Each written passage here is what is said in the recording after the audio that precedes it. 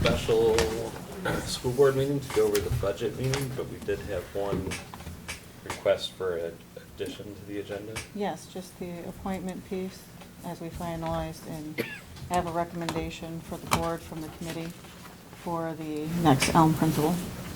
Okay. Before the budget or after? Before the budget. Okay, so we'll add an appointment for next year's Elm Hill principal to the agenda ahead of the school budget. All those in favor? Aye. Okay, any other changes or additions? No? Okay. Let's start with that one then. So the committee, they've had 7 highly qualified candidates that came before the screening committee, and they did their interviews. After the interview pieces, I just wanted to make sure, because I know in this kind of conversation, we might have to like pause on some of the hiring pieces. I wanted to make sure that we had an Elm principal to move forward with. So the recommendation from the committee, and you have some committee members that are out here, you can check with David and Bindi, was Rachel Hunter to join the Elm committee, well, the community, as their next building leader. It was a great choice with the idea of thinking of how well she's connected not only to the community, but also knows and understands and advocates for that age group. Did I do okay, Bindi and David, since you were there, and Matt, since I'm looking at all 3 of you, since you were also there in the committee?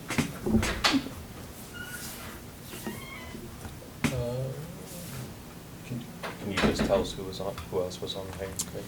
So for administration, we had Bindi, we had Matt, and we had David.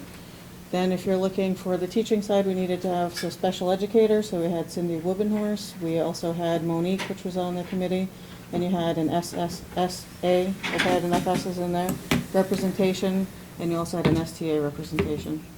Okay. Questions for Sharon? Did anyone that was on the committee want to say anything? Thought the process was withheld and pretty tight like we have been doing normally. Assuming you're going to recuse I'm going to yourself. from recuse this. myself at this point. Okay, all those in favor? Make a motion, sir. Oh, sorry. It's been a long Monday for me. Is there a motion to appoint Rachel Hunter as next year's Elm Hill principal? So moved. Steve made the motion. Is there a second? Second. Jess seconded. Any further discussion on it? Any questions? All those in favor? Aye. Aye. Okay. Welcome aboard. Congratulations. That means we move into the school budget plan for next steps in communication plan. So really, we're here to figure out the number we want to reach for the budget repo when we're signing a warrant and then going to vote. So I think we start with what Barbara sent in the email, just about the timing of it. Is that a good place to start, Rick? or- Yeah, did everybody, I know I sent it out late, did Yeah. everybody get a chance to see it? So we would have to sign a warrant by this Thursday. Correct. Ballots would go out Friday for absentees, and then the vote would be May 21st. Yeah, I think that's really kind of your only date in May. Because if you get past that, and then you're into the the Memorial Day weekend. And, you know, one of the other things, once you decide those 2 things, my opinion, you don't have to. I think you need to have a conversation about a contingency situation if that does not pass. Absolutely. Because I also sent you what happens if you do not have a budget by June 30th.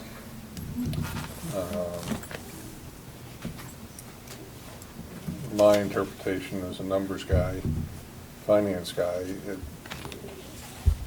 it isn't so much an income and expense situation as it is a cash flow situation. And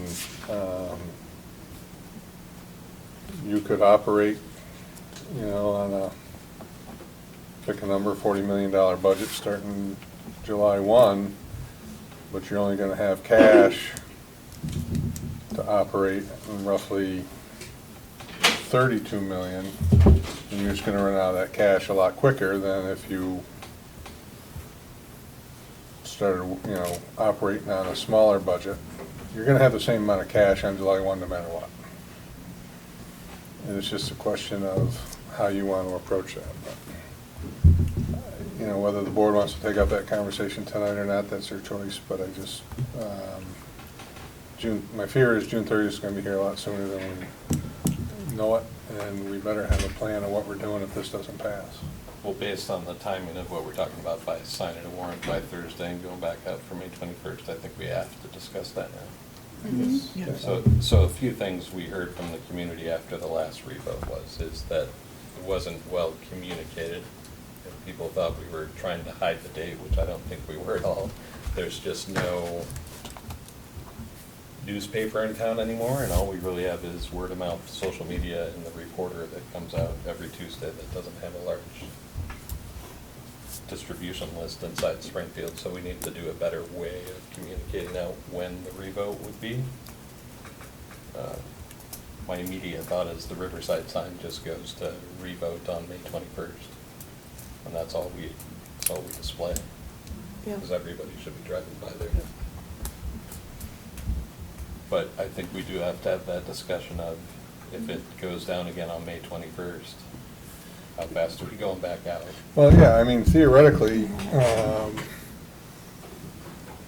and it's a catch-22, damned if you do, damned if you don't. The more lead time you have between your warning and your vote, obviously, the more time you have to communicate and market and do whatever you want to do. My opinion, if this fails come June 1st, I would suggest you're in a 7-day cycle and try to get 3 or 4 votes in, because, you know, the downside is you won't have the communication time. The downside, there's no absentee ballots on a 7-day cycle. But you need, in my opinion, you need to do everything you can to get a budget prior to June 30th. Mhm. And then if you don't, second phase of that contingency is, what are we gonna operate? I mean, are we doing anything over the summer? I mean, you know, I don't know. Are we laying off people? I mean, what are we gonna do to try to preserve as much cash as we can to get as far as we have to get a successful vote? That's interesting. Okay. Can I make a comment? Sure. Isn't it, if the budget doesn't pass by June 30th, that you operate off this last year's budget at 87% and you borrow the cash from the state of Vermont? Kind of. So you don't use the $40 million figure? I doubt it. I You would. use the figure from I this would. past season? Well, I don't even know if I would do that, That's what the because state says. It's only, well. it doesn't really say, it's not really, It doesn't say it that They way. said past year's budget, not proposed this year's But budget. it says, well, a budget is pending, so we have to, we can't. it's just gonna operate give things me, we can receive 87% in cash of this year's budget. Now, that's gonna come in different forms. It's gonna come, Right. some of it's gonna come through categorical grants, some of it's gonna come through borrowing. If we go there, obviously, borrowing costs is going up that we haven't experienced. But again, I'm a risk manager by nature and by trade. And even though I've got cash for 87% of this year's budget, I'm likely gonna operate at far less than 87% because I need that cash to get me as far as I can. Right. Because if I start spending 87%, I'm quickly gonna run out of money to pay payroll. Well, that's if you keep everybody. That's my point. I mean, forget hiring, I'm just talking about what is currently employed today. 87% isn't gonna get us very far. The rules state that you have to have a reaction to that 87% if it fails by the end of the 30th of June. then you have to make a cognizant decision of what you're gonna do to survive. Well, I think you We have better, to- I think you we have better to make keep those. going Until we pass the budget. It's not, we just stop at June 30th. Well, I thought there's a deadline in July 1st, you have to have a budget in place. No? Now, It's if not we very- do not have a budget in place, then we have to operate under these constraints until a budget is passed. All right. I know of some that have gone well into December, but you have to keep voting Yeah. until you have an approved budget. You still have taxes collected, though. What rate do you set the tax rate at? Not at 87%. Isn't it fixed by the, based on the last year's tax? Yeah, the state will send a tax to the town to collect on behalf of the state. Remember, it's a state tax. It won't be enough. So there'll be, once a budget is passed, there's gonna be a supplemental tax bill that the town's gonna have to process, send out to all the taxpayers, and they're gonna have to, whatever the timing is, to pay that supplemental tax bill. So the funding comes from the state, and they want to get reimbursed based on the tax rate, and that's 87% of the current year budget? Based on the current year budget? That's the cash we can have in the bank to operate, is 87%. They don't say we have to run a budget at 87%.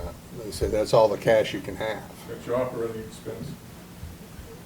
What's that? Your operating expense, Well- 87% of this year's budget. I think it's gotta be, a lot less than that, because, But you're gonna borrow from the state, that's what I understand. no, I borrow from a bank, and I pay interest to a bank. Well, welcome to that. Pay 7.5%, 8%.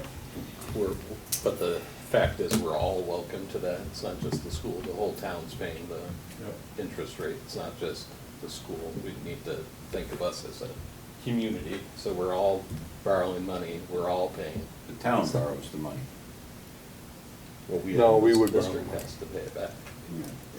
We would borrow the money.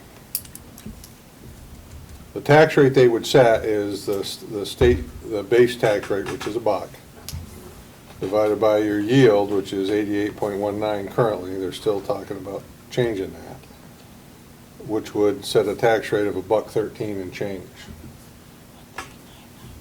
I don't have it in front of me, but this year you're paying, I think, $1.45 or something.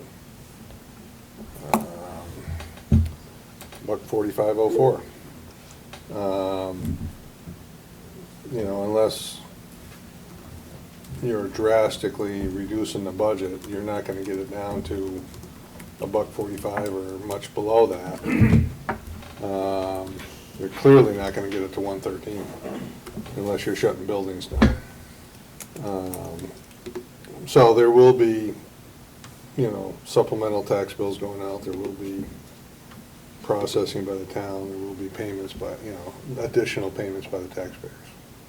When you use the word supplemental, that isn't over and above the normal tax bill, is it? That's being projected to, Yeah, I mean, it's in addition to? if we don't have a budget by June 30th, Mhm.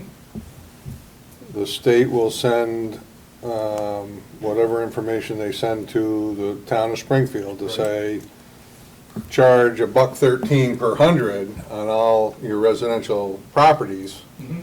and that's gonna raise some amount of money.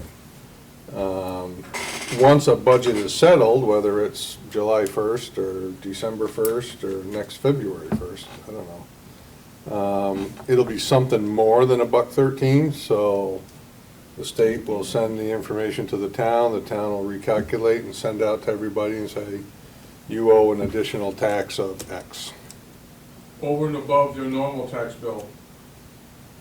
Your normal tax bill would be reduced. Yeah, I'm hung up on the word normal We're because, not yes, operating at our, it's Mike, give me a minute. normal. And you have to be Okay. aware of everything that's Yep. going on here, okay? I'm not taking comments, you have to be cajoled, okay? We're gonna get a normal bill at the reduced rate of 87%. So it's not a normal bill. You're paying a reduced school tax rate at that point. Come- Eventually, we pass a budget, you're gonna get another bill for that difference, Okay. okay? And if it's already gone past the collection period, then The town, you have to prorate the difference over the remaining 3/4. And the adjustment will have to make up for the difference, Yeah. as if it were a regular. So if the regular tax rate is $1.50 and the state assesses a temporary tax rate of $1, and you go 2/4 at $1, and the tax rate should be $1.50, then you've got to make up the total difference. So if it's $1.50, that would be, do the math. Be 25 cents a quarter. Yeah, 25 cents a quarter. So it'd be $1.75 for the remaining 2/4. Which is gonna hurt people who budget based on their first tax bill. Okay. Patty, you had a question on remote?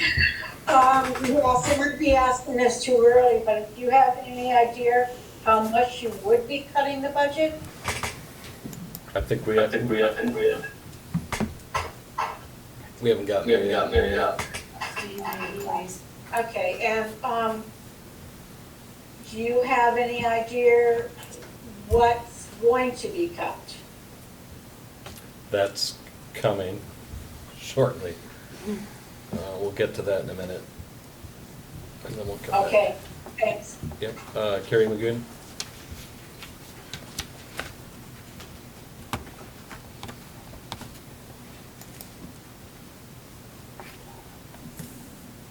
Carrie?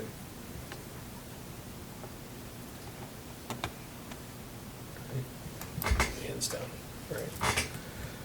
Do we want to get into what we're looking to reduce? Do you have, are you coming with anything? Well, as administrators, we've been talking about that, but we really, as we had given you the list before, that we had, when we came to the table, during our cost center aspects of it, we want to know what the number is, so we really need direction on what that number is that might, Can you send me that again, because I think that came out before I was on the board. Oh, yes. Please, the list? Yep. thank you. So again, I apologize because it's kind of late. I don't know if everybody got, yeah, I guess you did because I think you all said you got it. But, you know, just as information, I'm not making recommendations, I'm not suggesting anything, but as with the second vote, new information came to light that we could reduce a couple of things. You know, new information has come to light since the second vote that, you know, to fund the programs that we think we want and, you know, the administration believes they need in their buildings, you should be adding $275,624 to the budget. And that's coming based off the increase in the busing contract. Increased busing contracts, increase in 504 expenses for students that have either been identified or moved in. I don't have all the details to it. There's actually reductions in positions that have been filled since then that, you know, I had X budgeted and, you know, we hired somebody at Y, so that saved us collectively, and I think there's like 8 or 10 positions in there. And that saved us roughly $43,000 that we could reduce, but net, the three of them combined is about $275,000 increase. And then you also sent us a current list of the vacant positions that are Correct. currently in FY '25, so there's still 47 unfilled positions for FY '25. Correct. Anything that says sped in front of it is required by law, is that true? If it's special education driven, it's usually tied to an IEP. So when you see a special education pair one-on-one, that has been recommended by the individual education plan team. that is necessary for students in their programmatic supports. Do we have these students now, and we just can't find the paras, or do we're So- anticipating? It's a combination of some that would be anticipated, but you also have some open positions that have remained open. We had some general education support paraeducators that had to be reassigned to become like one-on-one small groups to make sure that we were compliant with the special education aspects of it. So is anything on here that says 504 in front of it? So 504 are usually, those are supports for students that have some type of either medical condition or disability aspect of it that impacts their learning and access to it. When you get special education, like special education paras, you do get some money back for reimbursement, but on 504 you do not, you have the whole entire cost, because it is a general funded position.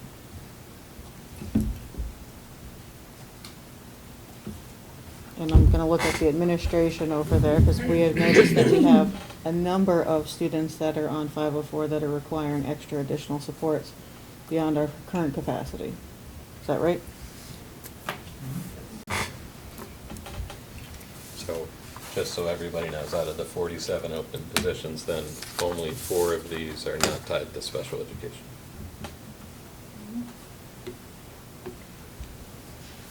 Thoughts on number reduction?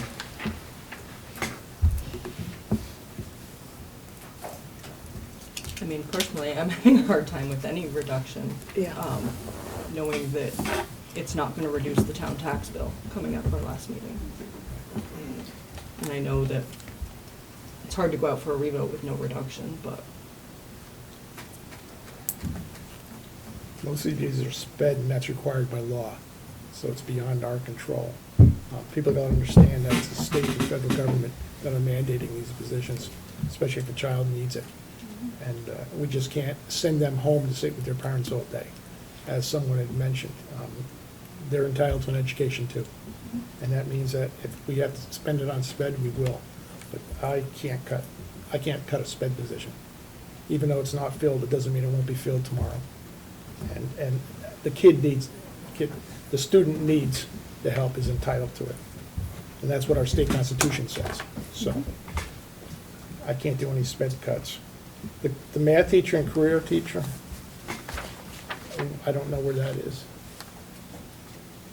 I don't know if I have that career teacher titled correctly, is that, That's It's a it. work-based learning position, okay, yeah. which is going to be a requirement from the state. Again, we talked about some state requirements that we don't necessarily get funding for. The math teacher, we have been very creative in covering that. If we don't fill that, then we're looking at pretty much cutting any upper level math class. We would be able to offer Algebra 1, geometry, and maybe financial literacy and stats. But again, we would, that's a guess. We would be down to 3 math teachers if we did not fill that position. What's the student ratio in that class? How many students, especially the upper end? I mean, I know it's not 8. Well, yeah, I mean, and I don't have those numbers right off, but you're looking at, no Algebra 2s, calculus, pre-calc. But how many, what I'm trying to get is how many kids are in those I could classes? get you that, I can't get you that. Okay, that's okay. But you're cutting off the highest performing Yes. students in the Right. district. I know. That's nuts. I agree. and did I hear Yes. financial literacy? Was Financial that, literacy is a major. Was that- So we're financial? trying, but again, we would be focusing on 9th and 10th grade math. We do have a requirement for graduation of the district that, students have to get to, a certain proficiency level for math. So, and like Troy said, my concern is that we are not offering upper level math classes for many of our students who are going on, not just to college, but also to a tech or a career center, where having at least an Algebra 2, if not a higher math, is a prereq for a lot of those. So we would have to figure out creative ways. And I'll be honest with you, because we didn't get to fill that math position this year, we have somebody tutoring some students that are taking math online. I'm not strong in math, but trying to learn math online is a struggle if you do not have somebody that you can actually go to. And so we have used some of the money this year for that math position that we weren't able to fill to hire a tutor to work with those kids. And she has been doing more hours than we originally put in because the kids are struggling. And so that's a hard position to try to do remotely, online, or also only offer, certain classes for that. So, What's the assistant plant supervisor? That is our night supervisor Night for the supervisor. physical plant.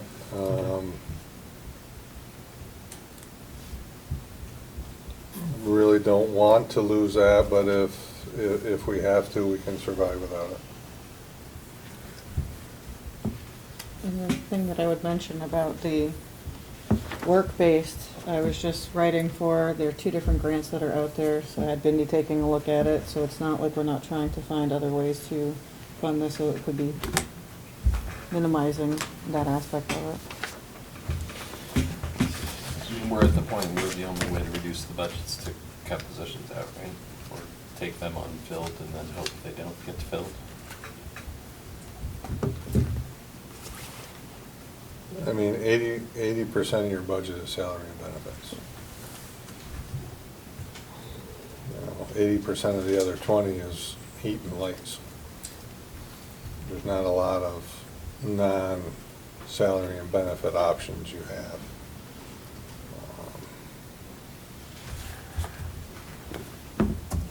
How much does it cost for a family of 4 for health insurance per month?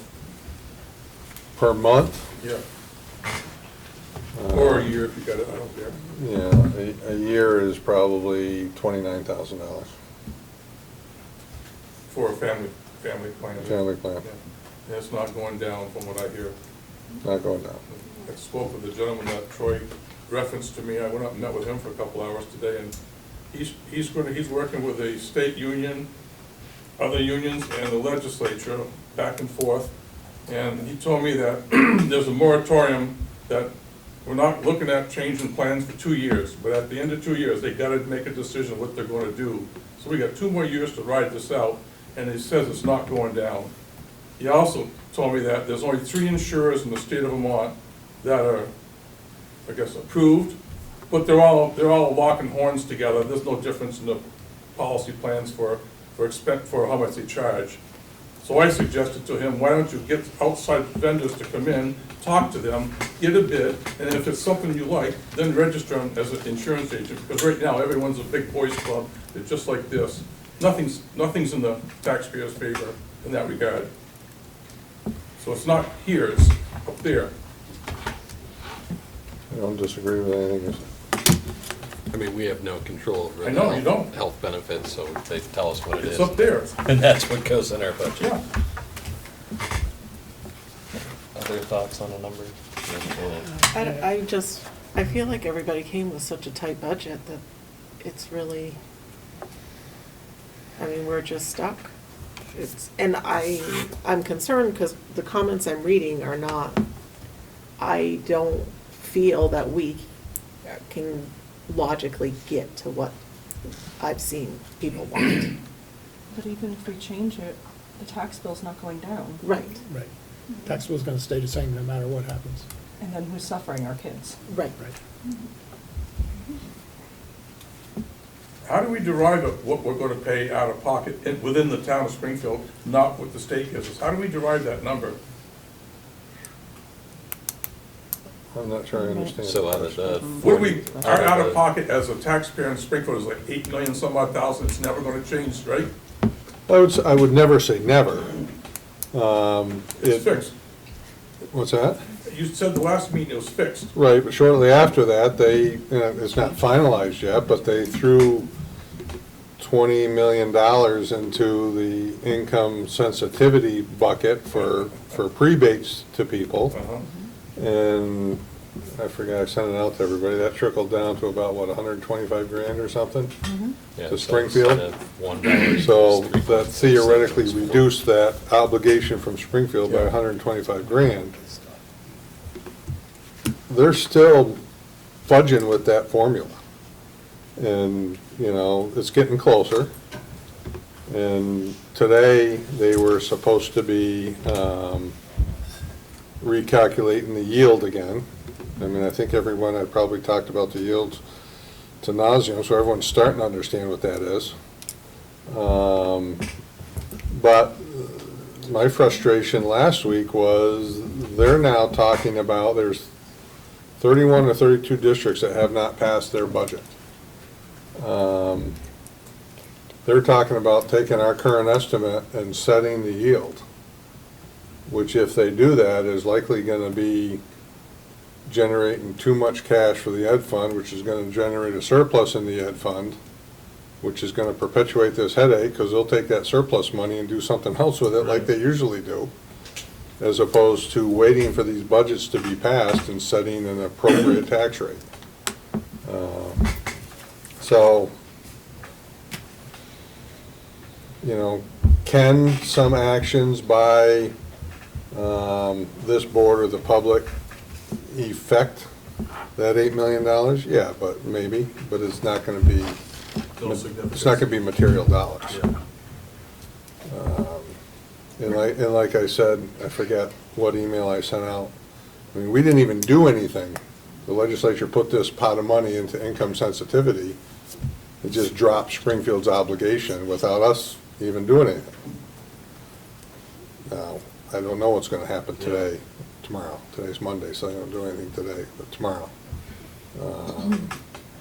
But my guess is over the next 4 weeks, they're gonna come up with something, because they're gonna want to adjourn and go home. And they can't go home until they pass a yield bill.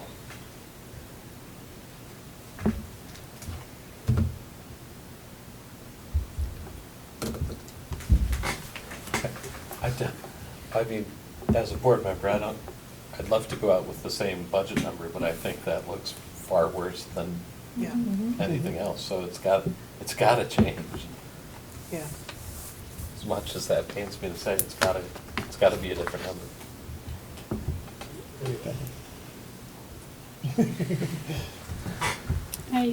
I hate cutting into that, $800,000 that the town voters already voted to use from the surplus from last year. Because that's, what happens if we get a hole in a roof and we need to do that. I mean, it's things that are unexpected that are gonna be a challenge, I think, going forward. But I don't know if is that something we could do? So we could reduce so last year we ended up with, I don't know, I'll just say 20 unfilled positions, right? Of that 20, all that money that was in the budget that we didn't use went into the surplus. So we took that $1.6 million, we split it to the tax stabilization fund, we split it to the physical plant fund. Voters approved that, we can't touch that money anymore. If we choose to use the tax stabilization amount, the dollar amount of our budget stays the same. Yeah, that'll come in as revenue. Yeah. That doesn't So affect, that doesn't the affect your budget amount expenses. going out is still the whatever it was last time. Now, I'm assuming you're still expecting to use some of that. We just don't know what that number's gonna be yet. The other option available to us is we say, okay, we're gonna gamble and say, we think we're not gonna fill 15 of these sped positions, that there's just not those people in the workforce. Then if magically we fill that position, as a board, we can vote to use the tax stabilization fund to fund the position. So we can reduce the budget by X number, kind of rolling the dice, thinking we're not gonna hire anybody, and if we do, we'd have to vote to take the money out of the stabilization fund to cover it for the spend.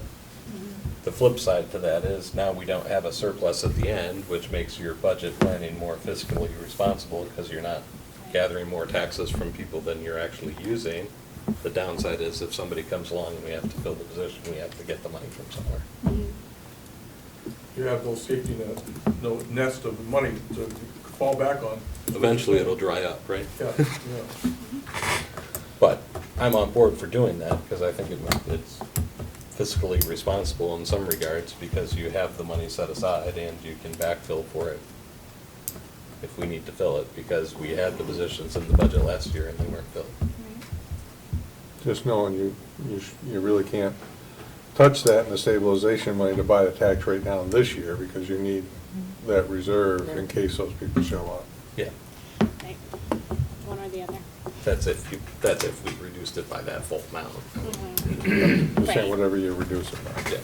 Mhm. Do we know how many positions we ended the school year with that were unfilled? The previous cycle? Last year? Yeah. Not off the top of my head. Not off the top of my Maybe we can get it, but I don't have it off the top of my head.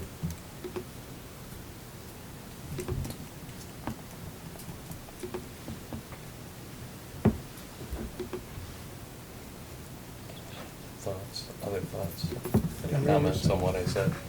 Oh, I think there's, Oh, sorry. Yep. So there are 43 special education positions that are unfilled. Correct.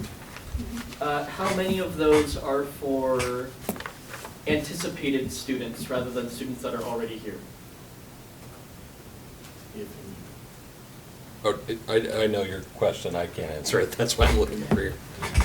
The majority of the students are here. Some of them had not been previously identified before, so there would be new aspects to it. So for instance, we have some kindergartners that are going through the process, just giving an example.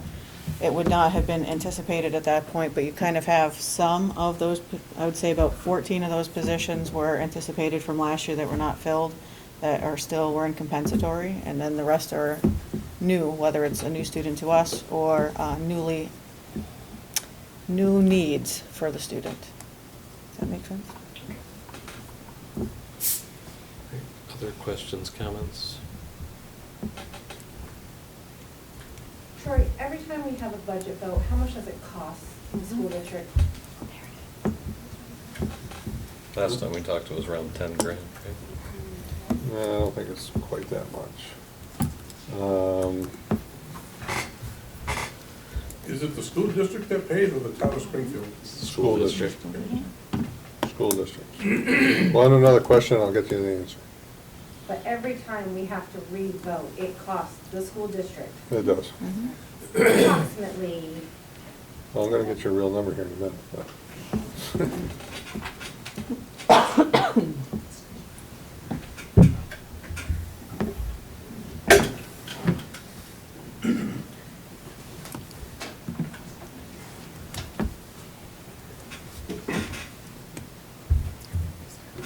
we didn't have the cost of printing the ballots last time because we did that ourselves. Which is a huge thing. That is true.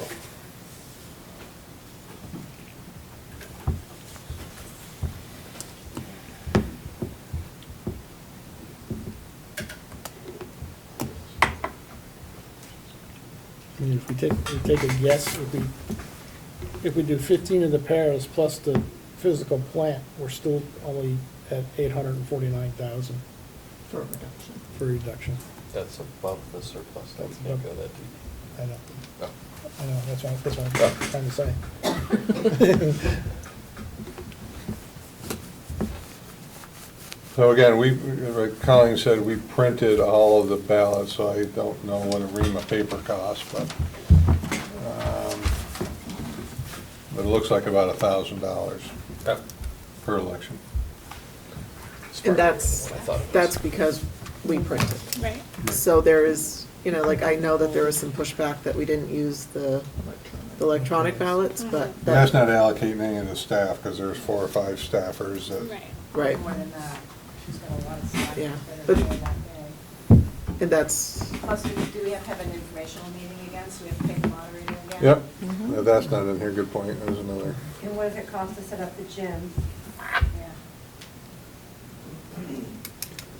Yeah, I don't have. I remember 10 from Actually, years that number I just gave you is gonna go up a lot more, because this does not include the poll workers, I haven't gotten that bill yet. Right, and relocate the PE classes. Yeah, those are all opportunity costs that I don't have a number for.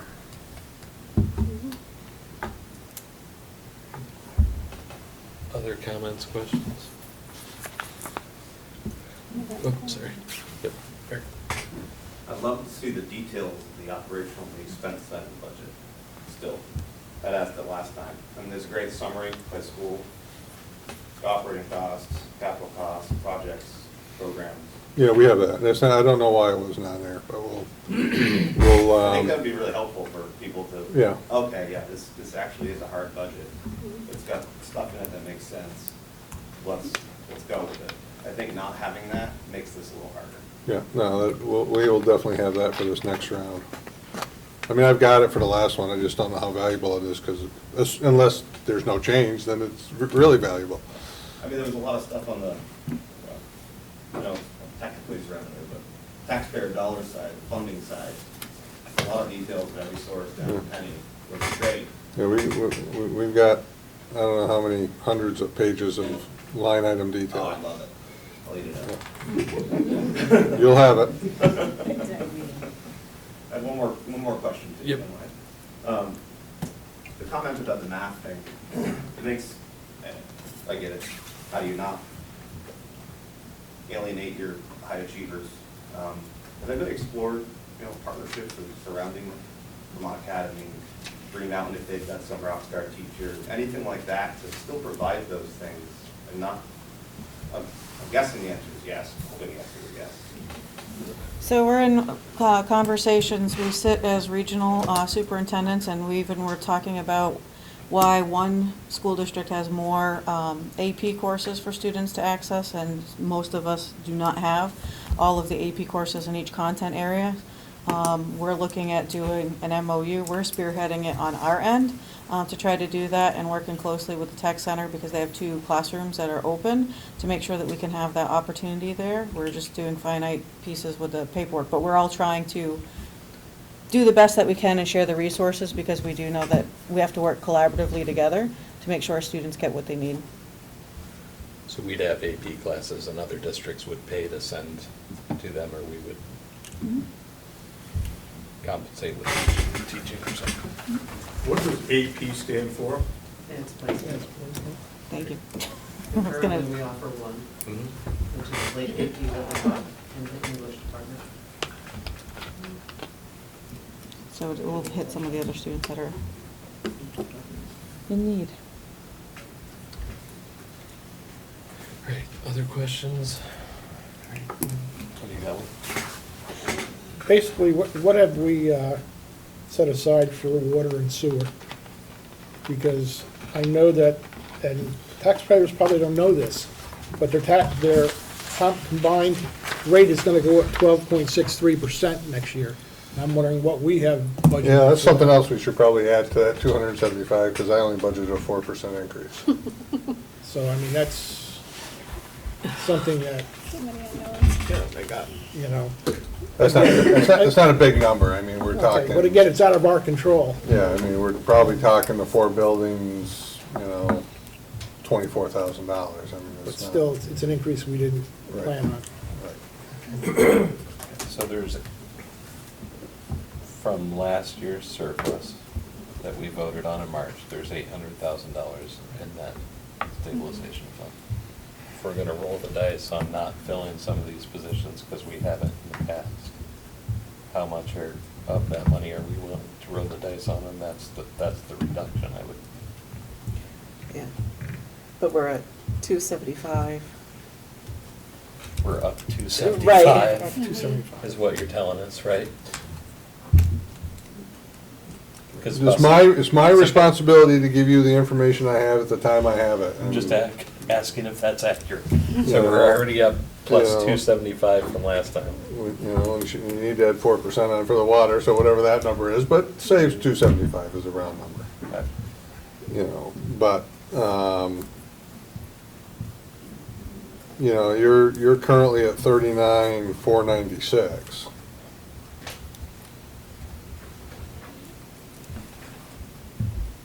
You take a $500,000 worth of positions. You're at 38 and something. No, because I'm up 275. Well, there you go.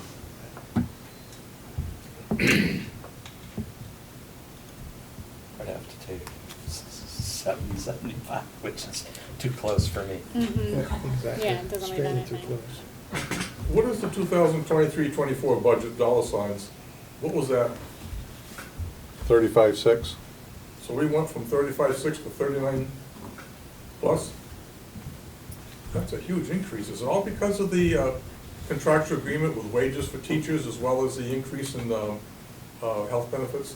Well, that plays a role in it, but there are also a number of positions in here for new students that have come in the special ed department. And the state says. Even though we haven't hired them, Yeah. we have and I'm gonna get outside my world, because 90% of the people in this room know my mantra is, I'm not the educator in the room. I do money, but, we're not providing the services that we are required to a number of students, which is requiring us to track what's called compensatory ed.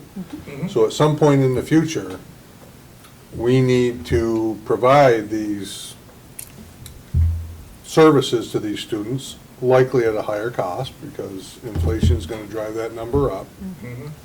But we just, Sherry, help me, because you know better than I do, I'm already outside of my wheelhouse here, but, we just finished a compensatory requirement to a student that I think was on the books for like 5 or 6 years.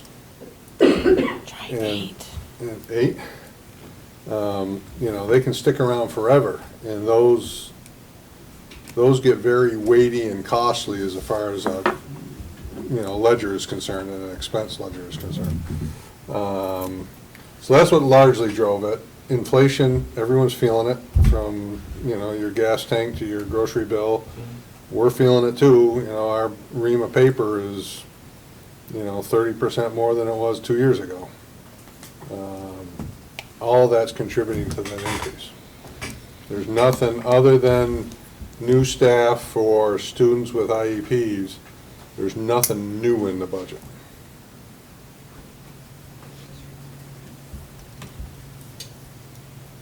So the bottom line is, if you don't pass this budget on this vote, the fun is just going to begin and the headaches will follow with it.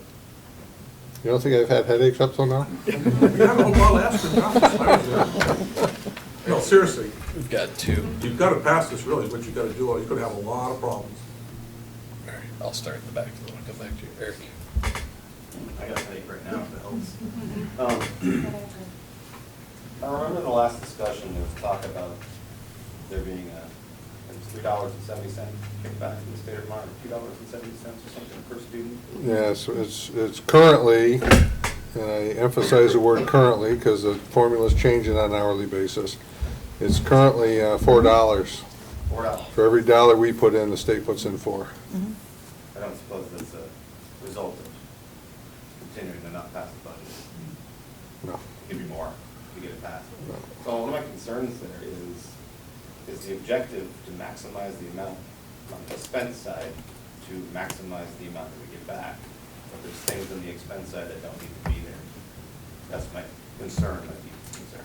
And get the incentive of getting that money back, it's what, 75% basically of the dollar spent, but that's where my general concern was in the last discussion I brought it up is, okay, what is in there? Why do we have to reach this high number to get that amount out? Yeah, so, and the administrators and the board can speak as well, but I'll just give you my perspective. When we build a budget, that is never part of the conversation when we sit down with the administrators. We ask the administrators to go talk to their buildings and their staff to find out what their needs are in those buildings. They bring those needs to Sherry, superintendent, and we collect them, we throw them together, we collate them, and, my experience, and it's, I've been doing this for a long time, and it's not just this group, it's, every group I've been with. They truly do, a budget that balances the needs of the students against the affordability of the taxpayer. Because if they truly put together a needs-based budget, this would be double. because you have students that have that much need. But, my opinion, and again, others can weigh in, you know, the administration knows that, well, I can't put out an $80 million budget, there's no way in the world that's gonna pass, but, you know, we can sacrifice here, we can sacrifice there, and then the board gets involved and they have the same conversations, and, you know, can we add here, can we subtract there, and it's just a collaborative conversation. But that 1 to 4 never comes up in the conversation that I recall ever. No. It's just calculation I do when I'm producing material for the public to understand what it's going to look like and what it's going to mean. So I don't know if I answered your question, but it's never part of the conversation. It's in the revenue side of the budget, doesn't it? Well, yeah, the revenue is in there. But which reflects that figure. Right. Yeah. So it must be part of some discussion. No, I don't think, I mean. Or at least an assumption, a calculated safe assumption that we go for this, we get this. No? No, I feel like that comes in when we get talking about the marketing. But that's after the budget's done. I mean, it's sort of an after-the-fact ways to work numbers. But I don't believe that any administrator sits here and says, yeah, this is the way we need to get there. I'm gonna hire 4 extra people so that we can get to this 4-to-1 ratio.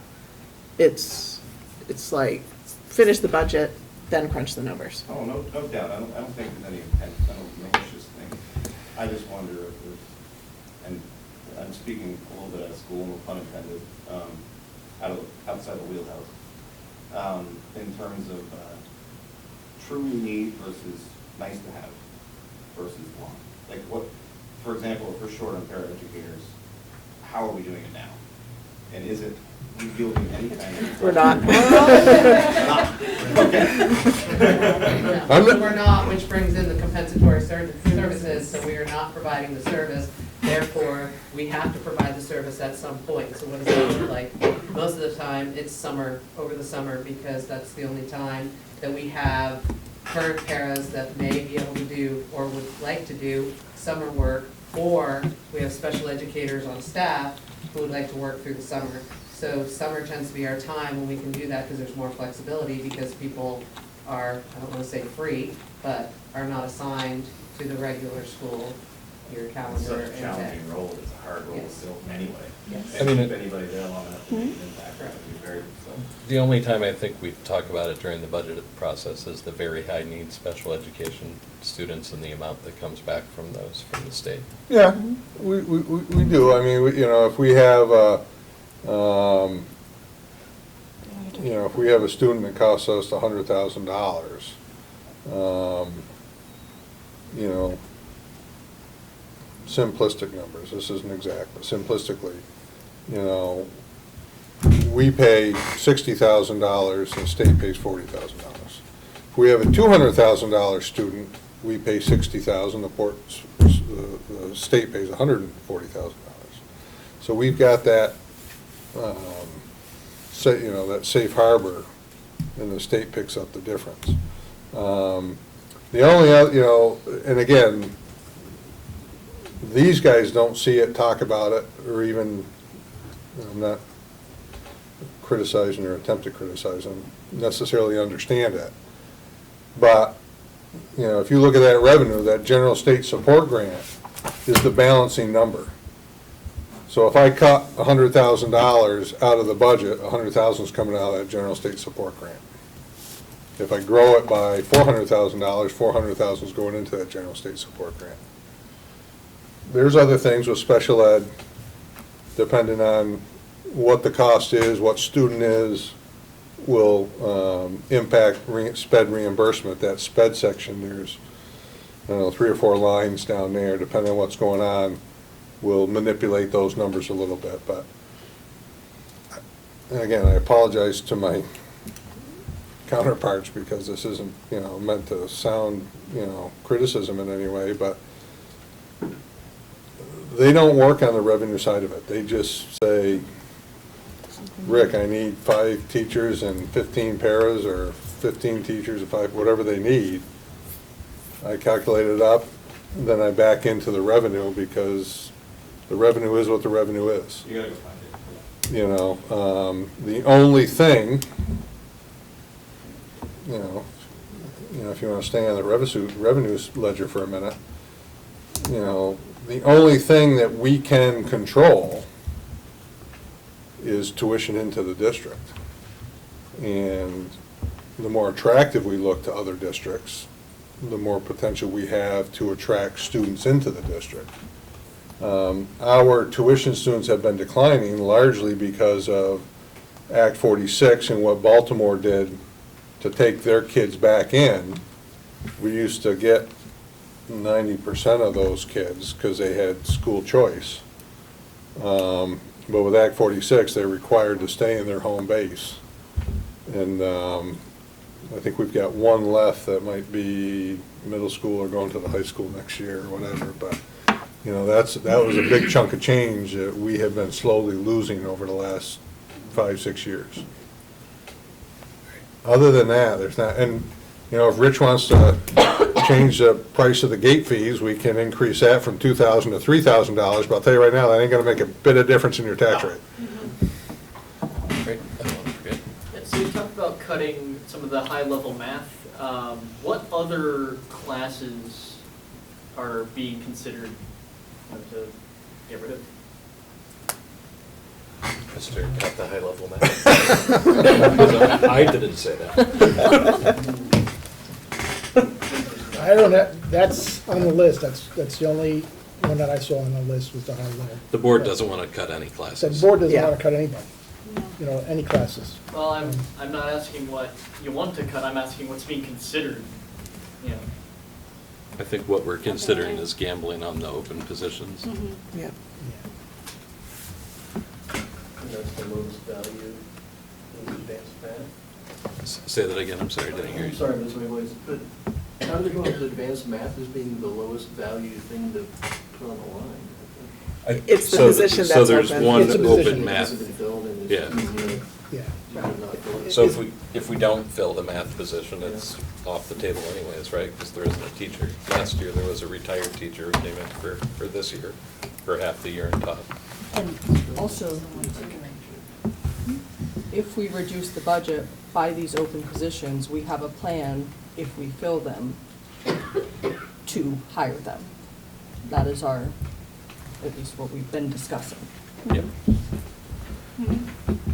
Did that answer your question? Not really, but. No. I don't think we haven't, so part of our discussion is we come up with a number, and then we go back to administration and say, here's your number, what are you cutting? And until we agree on what the number is, we can't answer your question. Well, now my question is, you know, if you do cut those classes, and then you hire a teacher, now you have the same issue. If we cut the classes and if we elect not to advertise that position, or I shouldn't say that. That If we elect that to gamble, position- yeah, we have to advertise it. That position wouldn't be one that you would then fill and cover with your reserve money, because that wouldn't be a required hire. Right, okay. And, but I also, I forget how we got around this daisy chain of a conversation, but, you know, nobody walked up to the table and said, we're cutting calculus. The question was, if we don't hire this math teacher, what's the result? And then, well, the result is, we have to deliver the basic service to the students. And what we have to reduce is the higher level courses. You know, I don't want anyone to walk away, especially since you're writing this down, I'm assuming it's gonna be in some sort of printed form. So, I just don't want anyone to walk away thinking somebody walked into this room saying, I'm cutting AP math. No. That was not the conversation. No, like, and, yeah, I just, No. In essence, the board is pushing for the collaborative that Sherry mentioned, where we can offer more AP classes for students. Right. We wouldn't cut the classes, like he's saying. We would go back to the. Exactly. The buck stops there. So let's be Yeah. honest, Yeah. that MOU is for AP classes. Right. We still have upper level classes, Algebra 2, pre-calc, calculus, that we would not be able to offer. So we are talking about being at a bare minimum of Algebra 1 and geometry, and then we would have to look and see what 3 math teachers can cover for a requirement for our, whatever, 340 students that are in the building. So that's not gonna be a lot when we also do not have the para support for students that are already struggling with math to provide them the support that they need to be successful in those classes. So we've tried to stagger our math requirements where we have year-long algebra for 9th graders, and then a part A and B, and then we have a geometry, and then we have other things because we still have to support our kids. So that's gonna be, I hope that we really think about that, because that is a major concern when we are not doing well in our math scores, and we still test our students at the 9th grade level. Eric? Kind of going with the theme that we're in a situation that going concern isn't really an option. We can't just keep doing the same thing. And I got 2 points along that. One, hypothetically, if that $800,000 surplus hadn't been approved, transparently I voted no for it because of the budget itself, what would we be talking about right now? And then number 2, I get almost concerned from Bindi about the lack of those basic core functional classes that there are. So where is the rest of the money being spent? I know it's being spent in other ways, but are there programs and classes that are not core to becoming a successful adult and going out into the world that we don't need, but we'd like to have? Loaded question. You want me to answer the math one first? Sure. So if that $800,000 ballot article failed, your revenue, your local revenue would increase $800,000, and that general state support grant coming from the state would be reduced by $800,000. So it goes back to the state, and we get $4 for everyone. Your terminology, not mine, but I'm not going to argue with it. It's over here and now it's over here, and switch it around and we get it. So, at the time, we did that was prior to the legislative fixes to date to the formula. And it was literally zero impact locally, and we were taking 1.6 million, because we put 800 into the capital fund. We were taking 1.6 million and sending it to a district up north that wanted to build a new high school. And the board thought, which I support, that that was probably not appropriate. It'd be better to keep the money local so that they could control it. And I just want to clarify the record before you make a decision. You have 1.6 million in that tax stabilization reserve. You had 800 plus the 800. Now, 200 of that is designated to be used this year to balance the budget. Looks like we're not going to need it, so you'll probably still have that $1.8 million there. So I didn't want you to think you only had 800. Oh, no, and I know the other bits. Okay. It's like money in the bank. I don't like to look at it. I just know something's there. I just didn't want there to be any misconceptions. And then there was a second point, which was what are we offering that we Well, don't have? the programmatic pieces or the educational sides, we are dictated by the Education Quality Standards, also known as Act 1 in Vermont, that tells us what we need to offer at what grade level and for what proficiency level students need to have. So I know that in previous meetings, it was like, so what about, cutting down or reducing some counseling and things of that nature? Everything that we have here is based on what we have. Again, as Bindi was saying, I think earlier in the conversation, sometimes they're unfunded mandates from the Board of Education that we're trying to maintain. And our teaching staff and our resources that we have here, we are maxed, but we're making sure that we're providing the best educational quality that we possibly can, based on those education quality standards. But it's not like beef picking 1, 2, or gonna be class choices, I guess is what I'm getting at. Silly stuff. It's real core stuff, or at least what, not you guys dictate us for, but you have to take what you for. We do leaf catching instead of leaf picking. I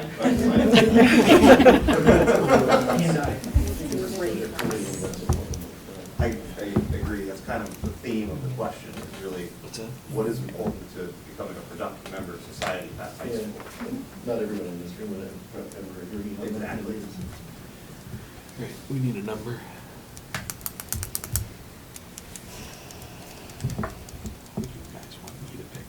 You already got the number down there, so. No, I don't. That's the last one. The last one was 39,496. Do you want to go down to just under 39, so 38,99999? Want to stay above 39? What are the next? You've got 2 hands. I got 2 hands, sorry. I was looking this way. How much have you talked with people who voted or are vocally against the school budget to see what their concerns are? Because I've spoken with a lot of people about it, and the more I learn about like really what's going on, the more I see the challenges that you have and everything. But how well do you think you understand the opposition vote? I spoke to a number of people, all right, and example, one person I talked to for 30 minutes trying to explain everything to, then the response was, I still want to see 10 million cut or I'm not going to vote no. I mean, they don't, I think a lot of people don't understand, like the 8 million that, we only pay 8 million, but they see that 39 million and they think that we have to pay that, and, I've explained it to people, and The problem is there's a lot of explaining things to people, not listening. Oh, I'm listening too, trust me. My phone doesn't, I live in Springfield. I have to pay taxes too. So I understand the situation as far as, but most of our taxes, or most of our budget is mandated by the state. Right. And I don't want to see our kids suffer because somewhere upstate decided that they wanted to build a new high school. Okay? And that's what's, the tax rate's going to stay the same, no matter what. But I've spoken to a number of people in church, I've talked on the street with them, and basically is I can't afford the taxes. And most of it is not the school taxes, but the combination of everything. We're just the brunt, we're taking the brunt of the hit.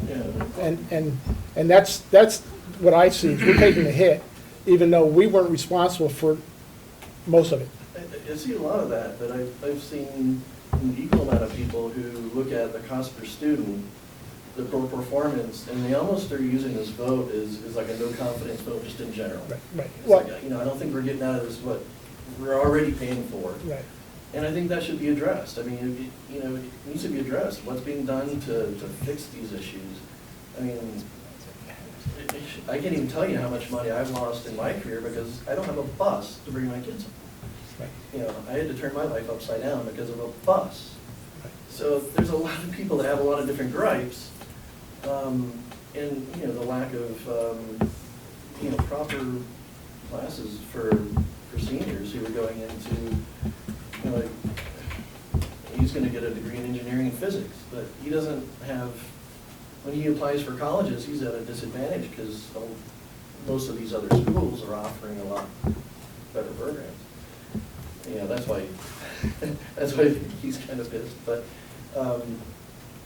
I understand that, okay? I mean, all 3 of my kids went through here, all right? My oldest son is an attorney. There was nothing here in this school that helped him into the next phase, all right? But he did the best he could with what we had. And it may be personal to me, but I know he progressed. The teachers here gave him a lot of extra help or a lot of extra, because they knew that we couldn't offer it as a board. Right. So I see that all the time where teachers and staff are talking to the kids outside their perimeter. Oh, I see it too. And I mean, I know Sherry's been going through the curriculum. I know Sherry's been going through course syllabuses, trying to get us back to why are we failing, okay? And what are we gonna do to fix it? And some of the stuff is being fixed now, or, but we can't get, those numbers aren't gonna, I'm the only educator on this board, okay, or retired. Those numbers aren't gonna jump in 1 year, okay? It's gonna take 4 or 5 years for those numbers to get back up there. And these people think that, oh, next year we can get it back up.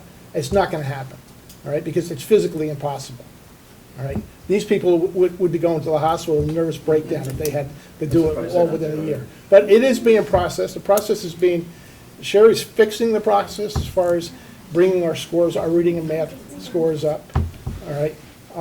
But it's not something that's be instant, and that's what a lot of taxpayers I talk to want. They want results now, and it's just physically impossible. But we are Sherry and the staff are working toward bringing those scores up. Understood, I think. Scores aren't everything either. These kids gotta learn how to function in the real world, okay? I don't care if you can get 130 on a math test, but if you can't communicate with me, there's a problem. And that's what the other thing is. We can't rely on test scores constantly. We gotta look at other things also.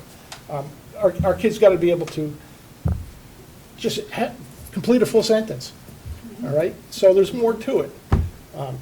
There's another aspect to it too, and this is the largest board turnout we've had since 2020 probably. So most of us all work a full-time job like you do, I'm sure, right? So I used to. this is more like community service for me, right? I don't get paid, I get $500 a year to do that. It's not enough money to put for all the time we put in, right? I think anybody on the board would say that. I look for community members to come to meetings and make comments to us, email us, call us. I don't spend my evenings reading through comments on Facebook. So if somebody's posting on social media thinking they're reaching out to the board for us to do something, it's not happening. So they need to call, contact us directly, and then we can address the situation. So if somebody's concerned about the price per pupil, we can go into the long-term weighted average pupil spending thing where it costs more to Well, educate someone in usually poverty or. my answer to that is which cost per pupil do you want? Because there's multiple out there, and, everyone's got a different interpretation of what it is. Well, I think what we need to do now, I mean, I'm a risk guy by trade as well. I work crisis management, that's kind of my thing. What you need to do is some really good marketing and hit some of those points. And it just seems like those points, some people have some really bizarre assumptions about what's going on. And they need to be addressed. We all agree with you, and marketing the budget is the biggest question mark for us each year. I'd be happy to help, but I mean, I don't see that it's being conveyed well at all. And a lot of people are like, oh, they're doing another vote, trying to, pull something, and then the people that go vote are mad because, they're going to do a vote again, and I wasted my time, and you just get more mad about it. But we have to keep voting. Right. You need some marketing. We've had 2 town hall meetings leading up to both votes. We've had multiple, messages out about, our school board meetings, the budget committee. I mean, all of these things are out there, and I know our staff is also, sharing with parents, and we can really honestly only do so much. I don't know how many townspeople get the handout every year about the budget and what it is and how it's broken down, and then just pitch it in the trash. And then they write on Facebook they don't understand or they don't like it, but they're not, like Troy said, coming to us and asking specific questions so that we can help explain what's going on. So, yeah, of course, it'd be fantastic to get the marketing out there and to get the word out there. Like Troy said, this is the biggest, our town hall meeting had less people than this. I mean, seriously, that's a problem. How many voters do we have in this town? And we had, what, like a sixth of them? Maybe a sixth of them actually voted. You know, I mean, seriously, it's very frustrating being on the board, taking hours upon hours away from our families and through work and jobs that we have to go through this process multiple times. And I get beyond frustrated with it. And I don't know what else to possibly do other than sit here and do my best and hope that my 14-year-old 8th grader makes it through and gets the education that he deserves so that he can graduate and go to college and do what he wants to do. That's why I'm on this board, and that's why I put the time in. Because like Troy said, it's not for the money. I promise you that. So. I'm on board for talking to you later about the marketing side of it, though, so we can connect on that. I know you're back there, but we have someone who hasn't raised their hand yet. Didn't even know she was behind me. Do I have to introduce myself? Yeah. I'm Joyce Sylvester. I'm a former school nurse. I worked for the district for 20 years. I did maternal child health for like 50 years. I lived in town for 50 years. And I can say there are some people who are going to vote no, no matter what. And they've done that for years, and that's what they say. They don't care. It's one thing that they think they have control over. They don't have control over the budgets in Washington, other than voting. They don't have control over the budgets in the state. So this is the one place where they think, I can make a statement, and they're gonna vote no anywhere. My big concern is, back to marketing, was like, what were your plans to promote the budget? Has anybody been on Puggy's Corner on Sapa? You know, have you been to the Rotary Clubs? Have you been to the Senior Center? I was in Florida. That's the tan? So I don't know what you did all winter. I was trying to follow things the best I could in Florida. You think things are bad here? Florida's worse, let me tell you. But I think the other thing, when my kids were in school, we had very active PTAs, and it was my group that got the PTA started at Riverside. There was nothing at Riverside between a bunch of us parents got together. And I don't know how active the the PTAs, whatever they're called now, are right now, but we got together and we had a writing campaign, we sent out postcards, we made phone calls, we made posters and put them in the library, we put them in storefronts, and that was the kind of marketing we did. Like I said, I've been retired for 20 years and I've been out of the system for a long time, so those are just some other ideas, you know, and to tap in. I'm going to try to tap into some retired teachers and see if we can kind of band together and, I don't know, do posters, do something. So I don't hear know. you're volunteering. What? I hear you're volunteering. Said you're volunteering. Here's you volunteering. Oh, I just got back. I'm not back yet. Oh, perfect. But anyway, just, you know, Thank you. Yes. good luck. Thank We'll you. try to help. I'll do it, I'll try. We appreciate it. Eric? Oh, one other thing, I'm sorry. That's okay. Do we have any idea how some of these cuts are affecting kids who apply to colleges? When you're talking about math, I'm a nurse. When you apply for nursing school, and there's a shortage of medical people, nurses and doctors, and if they can't get into college, guess what? When you guys are old, there's not going to be anybody around to take care of you.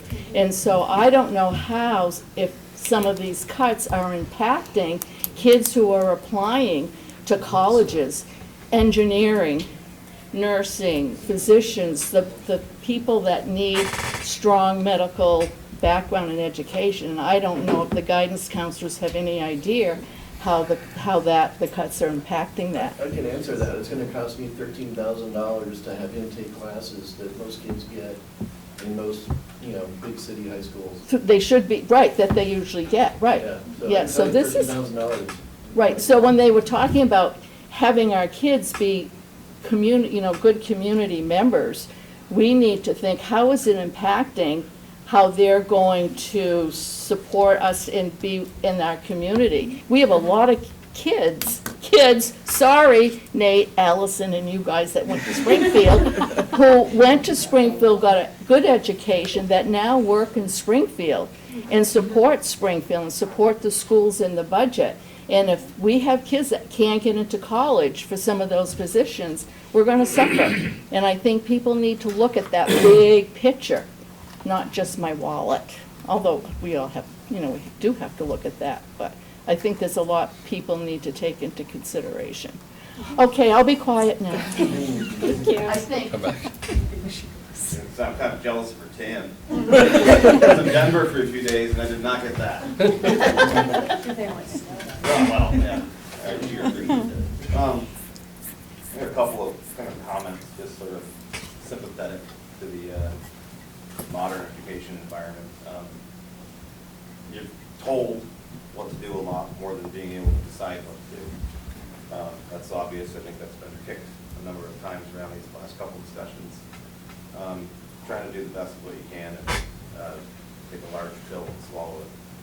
And I think that, we've got this perfect storm of average Joe taxpayer being, they're just done with it. You can't get blood from the stone. So I commend you for continuing to fight. And one of the things I had a question about was with that, like, for example, 1.6 million. I actually have two questions here. One is not related, so I'll start with the money. 1.6 million. Is there any mechanism that would be invested while it sits there? Does it sit somewhere and earn money? Is it allowed to sit and earn money to help alleviate those types of things, like a university might do? I know it's public education, it's a little different, but that's one thing, so noodle on that for a minute. I don't need a noodle. You don't need to noodle? All right, let's hear it. I'll help you remember my next question. No, by state statute, we're required to invest it in government-backed securities, which means we're getting Yeah. one half of 1%. Yeah. Great. Super. The risk. Yeah, absolutely. And actually, there's another point I wanted to make that was actually more important on the marketing side. So I learned about this meeting this morning via text message. This morning. I had a meeting scheduled I was supposed to be in another place that I was not able to attend. And I think it's much more impactful to attend these in person. I've done the Zoom thing. I'm annoying on there too. So I think that marketing piece needs to be somehow figured out. You need to go where people are these days, which is social media, unfortunately, to figure that out. It was posted on Facebook more than a week ago. That's good. So, and the Riverside sign. But if I wasn't in it, I didn't see it. Yeah. Yeah. That's great. I mean, it's still hit or miss. I didn't see it. Yeah. So I think there's some challenges there to figure out how to make that happen more reliably. I don't spend much time on book faces, I like to call it. But I think it's important that people figure those things out, because the text messaging is great. I mean, bam, there it is. I got what I need. I think that's a big deal. And I don't know how you reach more people out there in the, if it reaches everybody with a cell phone in town, that would be huge. I don't know how you get people to do that. There are all kinds of FCC rules around that type of thing. You can't just blow them up with spam. Is it a robocall? But you actually have to We do. sign up for it to receive it. You can't just We do do that. robocalls and You can't everything. just But say it as a parent of someone, for the school district anyways, Yeah. if you have a child in the school That's- district, yeah. you get robocalls for Sure. snow days and busing and all the things. So at least it could be We sent did, out. we So I don't did think send it it's a We did get one robocall. today, yeah. I see. I don't think it's a problem that we can solve today, but it's just, No, I got it. it's a big thing. There's a lot of pieces. Yeah, Yeah. we're all on board for suggestions. It's, Yeah. it's not working, whatever we're doing. And the We know that. the last piece was maybe a bit of a racy question. It's, I think people are also getting tired of they want and what is required. So is there a mechanism other than around the outside of the school and calling your legislature who doesn't listen, seems like they don't really take the thing seriously and they've got their own agenda? I'll just say that bluntly, that's what it feels like. Is there a mechanism at which the school or school associations can push back against that rather than, yes, please, may I have another? That's just a way of saying things as they are. So our associations, whether it be the Vermont Principals Association, Vermont Superintendents Association, NEA, we are always having conversations with legislators around what they have. They come and they will talk to us, and we give them as much as we possibly can, and we do testimony when it impacts our students and things of that nature as well. We're pretty outspoken as different collective groups, and we unify together, and we usually have one voice. Sometimes it changes certain things or certain aspects. As we were saying, things are still changing even 3 days ago in the yield bill, more to come. They take what we have, but then they go back and they go into committee, and then we don't hear about it until after, and then sometimes we have to keep checking and adjusting. We do have different types of, not only those particular meetings and going up when they have testimony, and they're allowing for testimony, the Agency of Education does put out surveys, and we're always answering surveys. I can't tell you how many hit our boxes in the next, anytime something is going on. But again, they take it under advisement, which, if you hear somebody say they take it under advisement, Yeah. they take it under advisement, and you don't know how much of an impact it's going to be. Did that answer your question? It does, and I think that you feel it from people, but do you have any actual people that are at the parent level or guardian level in the district, not pushing you, but being there to support when you push back? That's really kind of what I'm getting at. So how can the people, I think we're generally talking about somewhat small, a level of civic engagement that isn't quite where it needs to be. Talk about having gazillion voters and having 1,200 people vote. How do we get more people to actually help carry that torch where it needs to go? That's a catch-22, I'll be quite honest with you. I will say that in any of the testimonies where, I don't know, I'm looking at Allison too, when our cohorts go up, and I'm looking at Nate, who could speak to it, and all the other principals, it's usually your admins, it's your teachers that are usually speaking out. I've only seen probably about 2 or 3 parents that were just parents that came and spoke out any of those particular fact-finding or any type of information hearings where they're taking testimony. I can tell you what parents are. And I think, I hear what you're saying, and I'm gonna go on a little bit of a tangent here, and I'm gonna pull Jess in with me about parents and their engagement. I'm a significant part of the Booster Club. Jess is a significant part of the PTA. Both of us, both clubs, are dying because no parents will step up and help us. And so I can't even fathom to get to what you want to do with parents lobbying the legislature, because I can't get them to bake a dozen cookies for me. And so it's a much bigger question, and I think it's a much bigger civic responsibility question across the board in a lot of different areas. There's not many people willing to do what you're suggesting and what you're willing to do. That makes me cookies too. Well, we need that. Line them up. I noticed how many people are here, and there made some comments, and I don't know, it seems like, if you're looking for feedback about the budget and stuff, there seems to be a lot of people.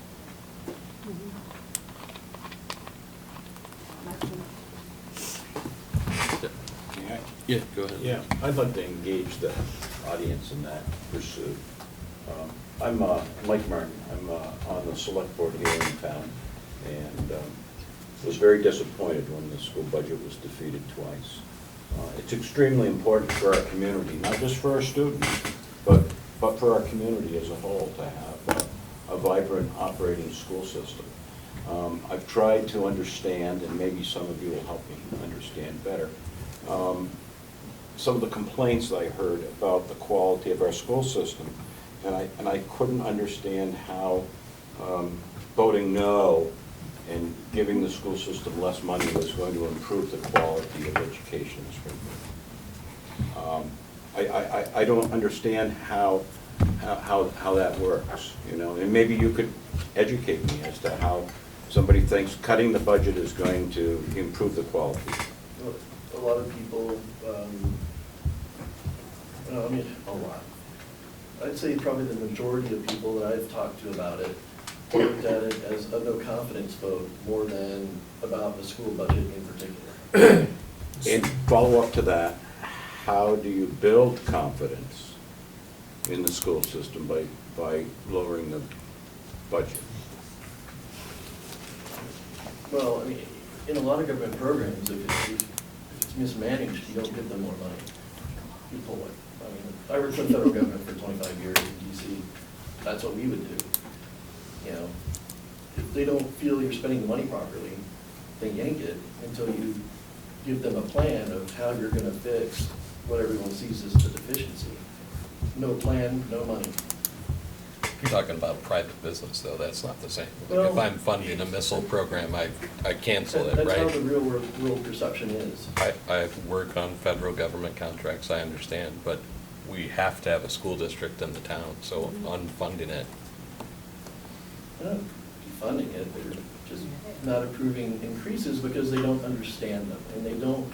But they're also not asking any questions. Or approving Right, decreases. that's why you have to give it to them.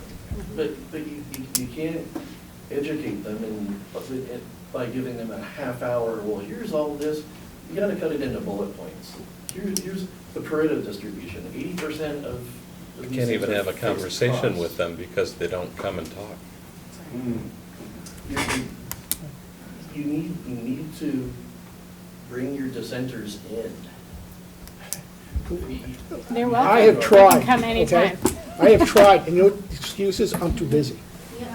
It's easy to be an armchair warrior behind a computer, all right? But when we're talking face to face, that's what I want to do. I want to have a conversation with you face to face. That's not going to happen. But if you can give them 5 bullet points of, here it is, you know, the fixed costs, inflation. You know, people think that you're wanting to buy just more stuff. But you can address that in 5 bullet points. You know, the inflation, you know, our costs have gone up, you know, a certain percent. I mean, you have all the numbers. Yeah, we did that on a postcard that was Right. mailed out to everybody in town. And our meetings. So- Yeah. I mean, The one postcard doesn't, you know, solve it. It's 5 bullet points on a postcard, so Yeah. we've done what you're asking for, like, I'm at a loss with, Well, Yeah. you know, I get to it. you can't. we've got some other questions. So I want to address like why people are here. So my name is Allison Sylvester. I teach 7th grade social studies. That was my lovely mother. Volunteer. I don't tan, I work. And she, I don't have a tan because I teach social studies here in Springfield. I'm an SHS graduate. And I think most of the people who are here, I'm looking around, we're employees. I'm looking at most of the people on the screen, we're employees. And we're here, and we actually, most of the people have attended or listened, or, you know, Jenny and I are always here in some capacity or another because we're the co-presidents of the STA. And so we're here because while I hear people are disgruntled and they are worried, we are worried because we're here for our students.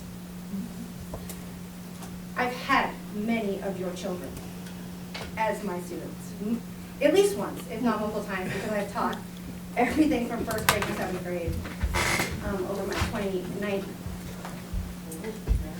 18 years in this district. And we care passionately and deeply about every kid that walks through our doors. whether they are coming to us with full bellies and loved and cared for, or they are coming to us with broken hearts and hugs and just need love. Like you said, Mr. Carafa, I mean, you and I have worked together for years. They are more than test scores to us. They are our babies, whether they are our own children, because I've had some of your children, I've had your children, or if they're not. We want them to succeed. When you say like which classes are not, like aren't, every class is gonna help some kids succeed. Every class. I've helped kids learn how to read. I've helped kids learn what is a prime number. I've helped, you name it, I've almost taught a lot of it. But that's why we're here, is because we want the kids in this town, we have all chosen to stay in this town. I got it. Because these kids matter to us. And we are worried and we are scared for these kids. And if you have to cut something, I don't know what, I was just talking to my T3 kids, and we were talking about the budget, so I was like, hey, you know, they're voting downstairs right now. And then the next day, the budget failed, and I'm like, I don't know what we're gonna cut. And they were like, well, what could we cut? And we're, you know, 8th graders, so, you know, age-appropriate conversations. And they're like, I don't know what we're gonna cut, and we were talking, and I was like, honestly, I don't know. And I was like, when I was in high school, we were talking about cutting sports.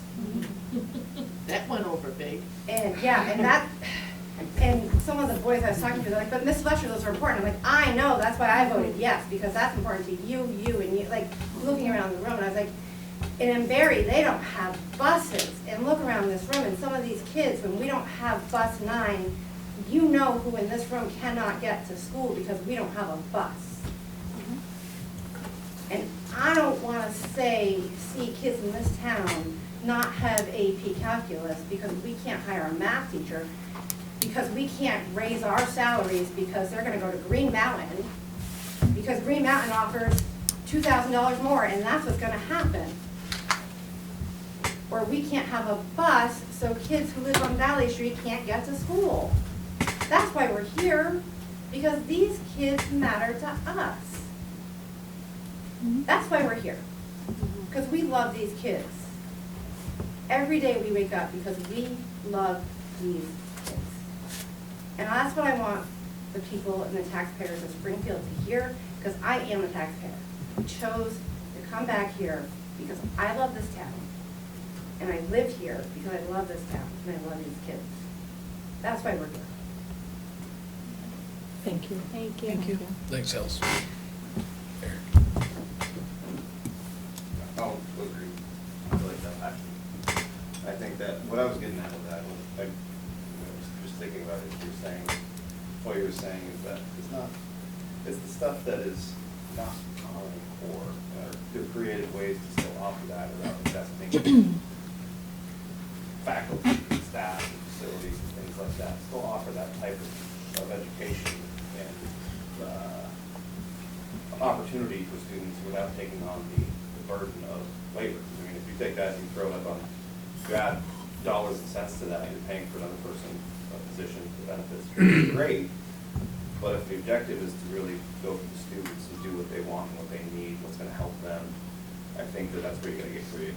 That status quo that I mentioned. My older brother, took Latin when he was in high school. At Green Mountain, I went to Green Mountain. And I wish I could take Latin, because I probably would speak like 6 different languages, all based on some of that at this point, or at least have a general understanding of it. It's not the way it is anymore. So, I don't know, I kind of want to throw that sentiment out there that I agree with that. It's a tough spot. I think these guys are between a rock and a hard place, and there's not much we can do to support it except for those pieces of transparency, like what is the budget, what's in it, the details, the nitty gritty, the ugly, the dirty. Let the people who want to chew on it with me, and then have that engagement like that. You might get more people that are interested in it. Joyce was saying, you know, the people that are always just going to vote no because they don't. It's always a referendum against having a budget. But I think that having a wide open, and I get it, there's been a number of different communications. I don't get them all, see them all, and there will come a day when I don't have a kid associated with the school district anymore. And I just hope that this is not one of those things where we miss an opportunity to get really creative about the way this works within the confines of the powers that be, so to speak, to do something innovative and different. I don't know what that is. That's what I do for work. I figure things out. And I have to build a budget like this every year. And I can tell you that there's not a penny that's not accounted for, and there's not a piece of value that's not going to be stitched in there.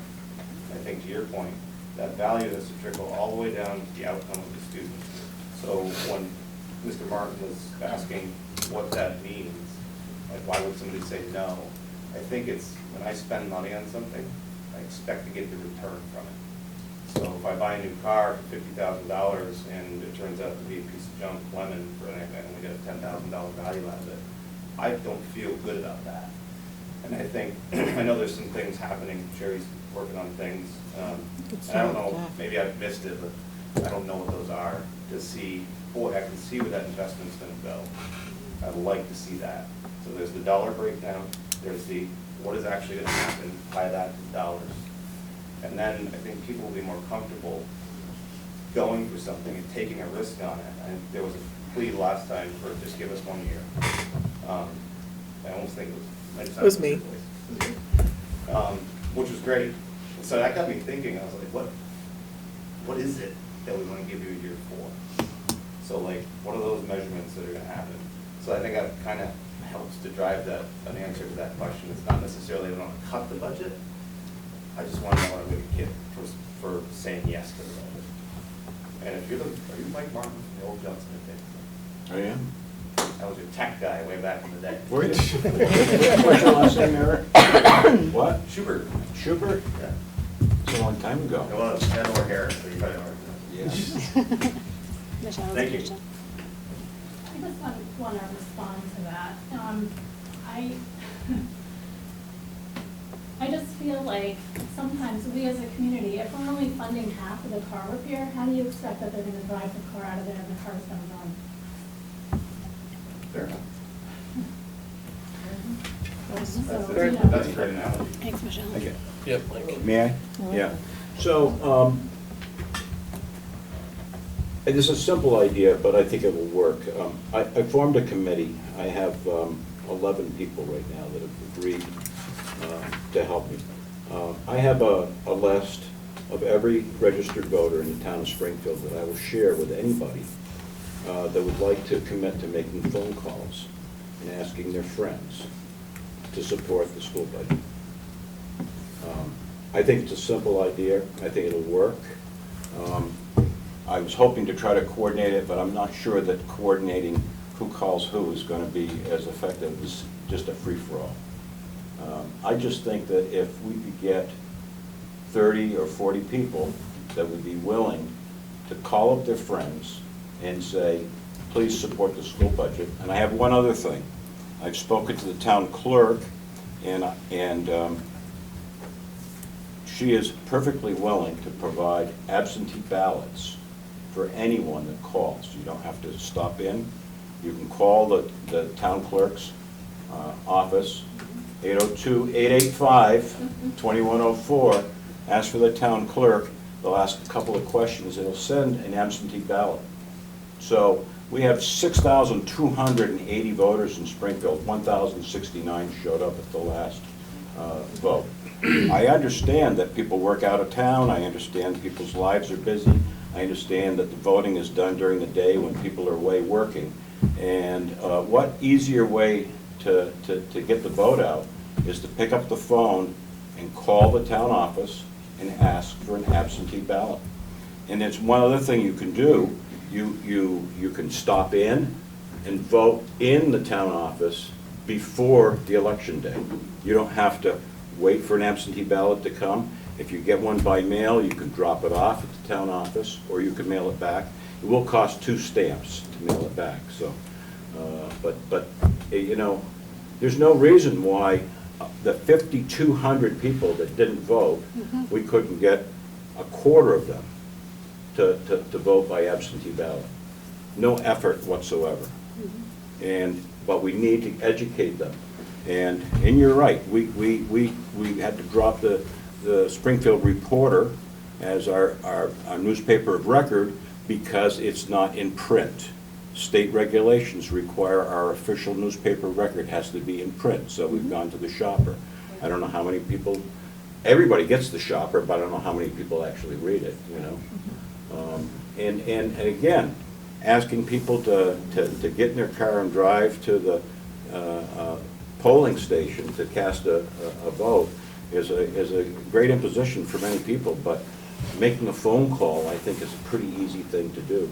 And I just think if there's 20 people in the room and they each called 20 people, there's 400 people. The difference in the vote last time was 177.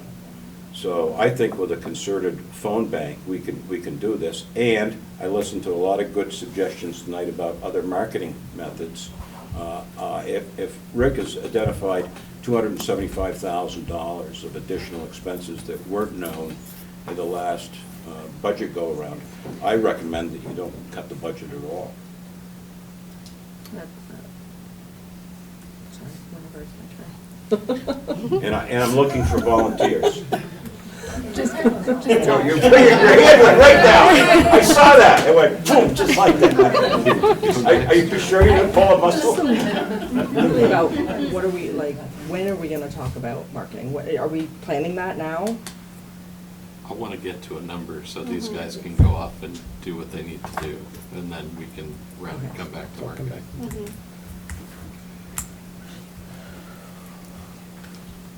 I did have I like your idea of the phone calls, is I think you have a fair number of supporters, and putting those supporters to work to support the school district, a one-on-one basis, I think could work.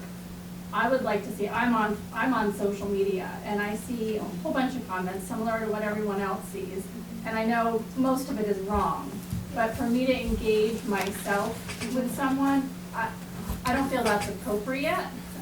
But if something were to come out from the school district that was talking points, that was detailed, I'm happy to share it. But give me something to share that's not my words, but something that's coming from the district. And I know you have a ton of stuff on your webpage. I've looked at some of it, but it's a lot. So like the talking points that needs to go out, that would be my suggestion. Like a poll. And that's, could may I answer? Yeah. And some of the people in my group are keen into marketing, and I have a meeting scheduled with Mr. Pembroke on Wednesday to try to get some factual information together. Hopefully you'll have some facts by then, I don't know. And together we're going to try to put together some type of talking points and some facts and some figures and some bullet points, and you know, the thing is, you could start today doing this, and you don't need any other information than the fact that you support the town of Springfield school system and you want to see the vote passed at the next revote. That's all you need to know, and you want to appeal to your friends who are similarly minded and just ask them, just call the town office, get a ballot, and fill it out in the affirmative, of course.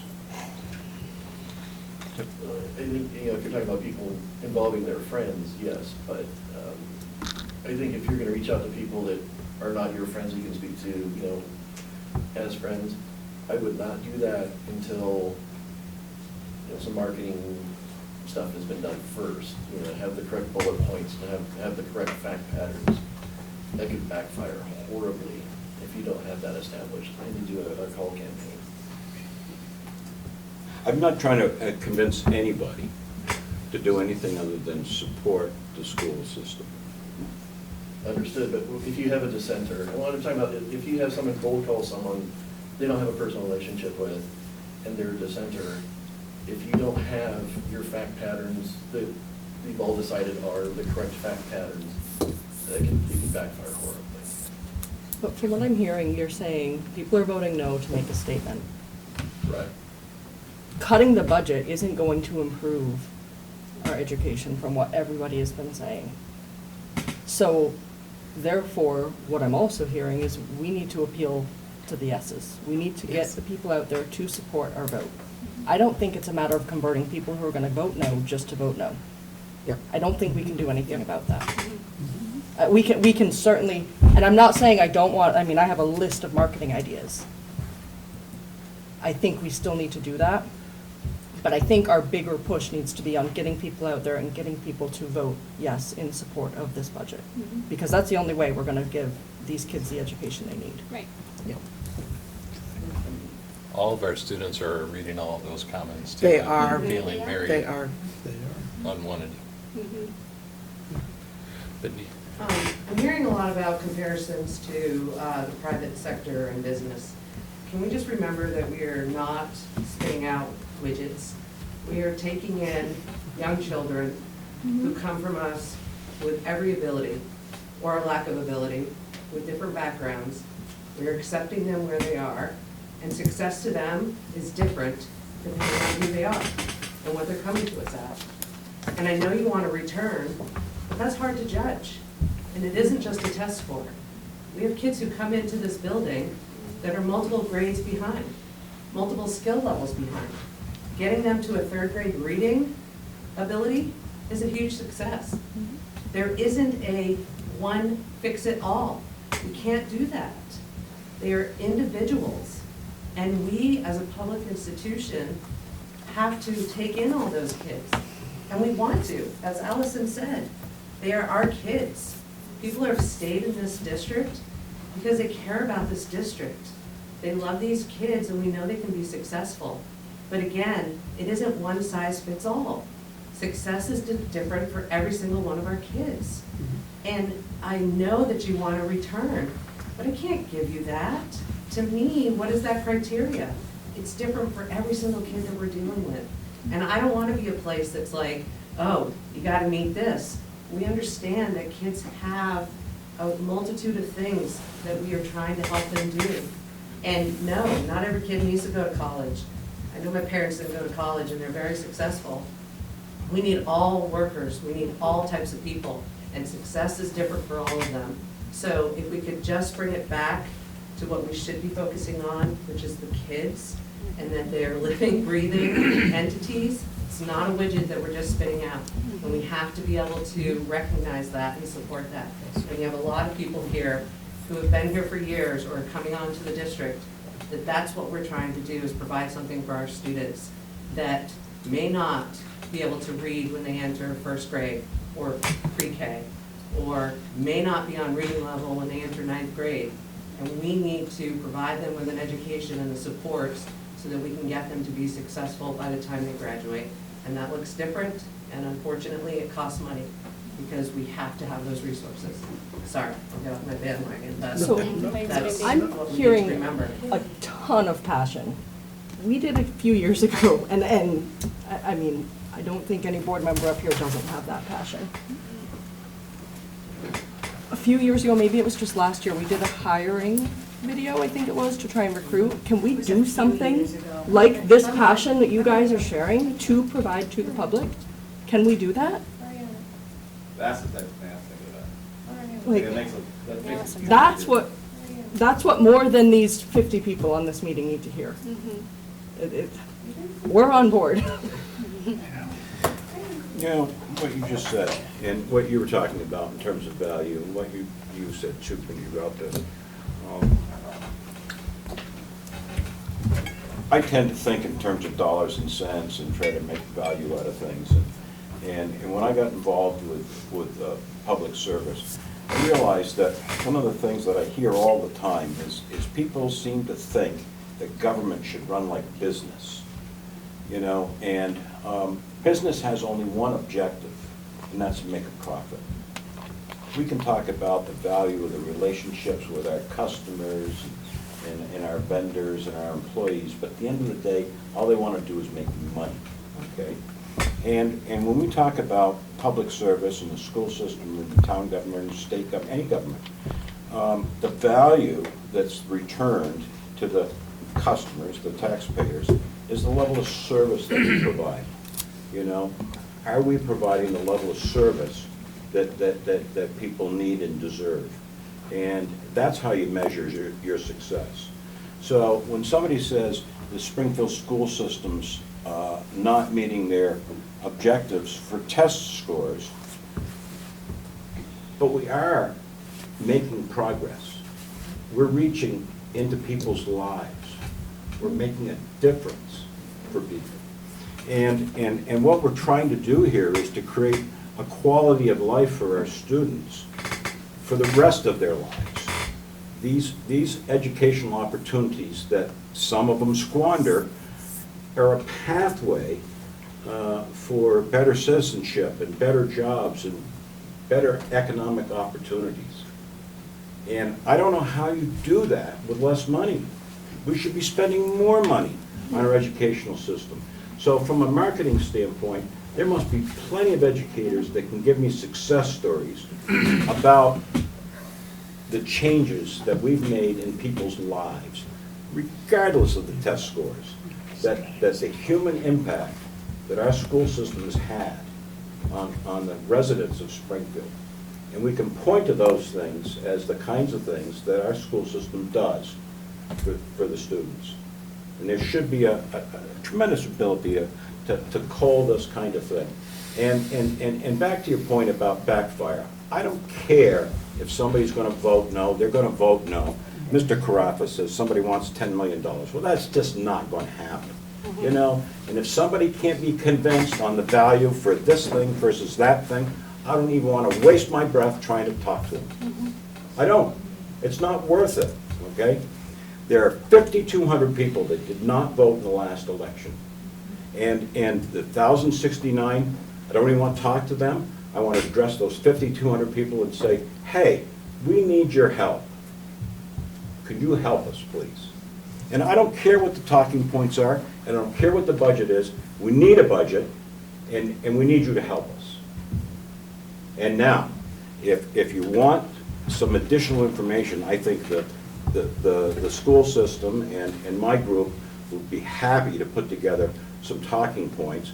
So when you're addressing somebody, if they have reservations, you might have some answers to some objections, and maybe you can turn somebody that's sitting on the fence. But it's really just a matter of getting the numbers up. I think the budget will pass. All we got to do is get people to the polls. And you don't even have to get them physically to the polls. You just got to pick up the phone and call the town office. Simple as that. Thanks, Mike. David is over there too. Could I just, real quick, David Cohen, principal, what school? Union Street Elementary School.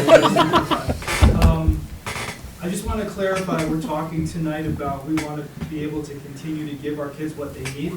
Because of the cuts we've made over the last 5 or 10 years, we are not currently giving our kids what they need. So we are further breaking a system that is already broken. If anyone from the town were to come into one of my classrooms and see my teachers juggling 23, 24 kids at a time, they're magicians in there, oftentimes without someone to support them, the behaviors can be off the charts, exhausting. They're trying to deliver math and ELA. They're trying to close these achievement gaps that the kids are already entering our system with. So I just wanted to clarify for those of us sitting here tonight and those who are online, it's not about continuing to give our kids the services that we're providing. I mean, the irony of, Troy, in October, when I presented my budget, I appreciate your question. David, if you could add 2 things to the budget, what could they be? I almost laughed when you asked me, because we don't add in Springfield, we subtract. And I remember the quick answer I gave you, I said I need 4 more social workers. I have 1 part-time social worker for 260 kids, many of whom are experiencing trauma and need weekly intervention. I have a phenomenal social worker, I need more. So I would love to be in a town, and I don't live here, but I love this town. I've been in this town for 15 years. I love the kids. I echo Allison's passion. I would love to be in a town where we can be talking about adding. In my 15 years, we're always talking about subtracting. So how can our numbers improve when we're detracting and subtracting all the time? I'm frustrated. I love my staff, I love my kids, I'm frustrated. Thank you. Thanks, David. Thanks, David. Theo, you had your hand up. I did. Hi, those of you who don't know me, my name is Theo Avent. I'm a social studies teacher at the high school, also an alum of SHS and the Springfield School District. I wasn't going to comment, but me being me and having my background in the community, I had to speak up and say something. I just graduated college last year, and the only place I wanted to come back to and be a teacher was at Springfield, because I am fiercely passionate about this community, and I work with freshmen this year, and I can't tell you the amount of kids that want to get involved, and just, they want their voices heard, and they wish that they could vote on the town budget, because they're just passionate about making sure that they have what they need to be successful at the school. And that's what we're here for. I know there's other educators in the room there and online, and we are all just so passionate about our students, and we want the best for them. And I know the school board is doing their best, and our administrators and Sherry and everybody's just doing their best to make sure that we have what we need to be successful here. And I just wanted to put that out there, put my thoughts out there as well, so thank you. Thanks, Theo. I'd like to make a comment. Yep. I'd like to address this to Mike Martin. Hey, Mike, I agree wholeheartedly in what you're saying about the phone, getting people energized and getting them to vote. But I think you recognize this as well as me and maybe the rest of the people, but Springfield has been a shrinking town for years. Our grand list keeps going down. Every house you tear down, there's less revenue that comes into the budget to be able to feed the people the money to do what they have to do. We're not growing the grand list, we're shrinking it. That's part of the problem, and the people get hit with inflation, so they have a negative attitude toward what can I voice my democracy on? It has to be the school budget. So they're voting no. Then 15% increase in your state taxes, that's sending a negative to the voters instead of a positive to support the system. But the town budget never Right. fails, and we have more Always control as does. a town over the town budget. I don't want to engage in a debate per se, but to your point, you've got a valid point. And one of the challenges that we've recognized on the select board is the shrinking tax base. We have a number of partner organizations that we work with, the Regional Planning Commission, the SRDC, the SOM, and others, trying to do things, and we've just entered into a new marketing program trying to get people to move to Springfield so we can build that tax base. Everybody talks about businesses not flourishing. Well, you've got to have disposable income to support businesses, and if you don't have tourists or shoppers or residents with disposable income, then those businesses aren't going to flourish, and they're not going to invest in the homes, and the tax base isn't going to go up. One of the biggest detriments, and I will say it here, is the negative impression that people have on Springfield school systems. Now, I'm not saying that Springfield school systems are bad. I don't believe that that is anywhere near the truth, but the reality is the perception, okay? That I've asked dozens of people, why don't you live in Springfield? And the response for people with school-age children is, I don't think the school system's that good. I'm not saying anything about quantitatively whether it's good or bad. I'm just saying that the perception is that it's not as good as it could be, and so they choose to move elsewhere and live elsewhere. And if we want to grow our grand list, then we've got to get people that want to live here.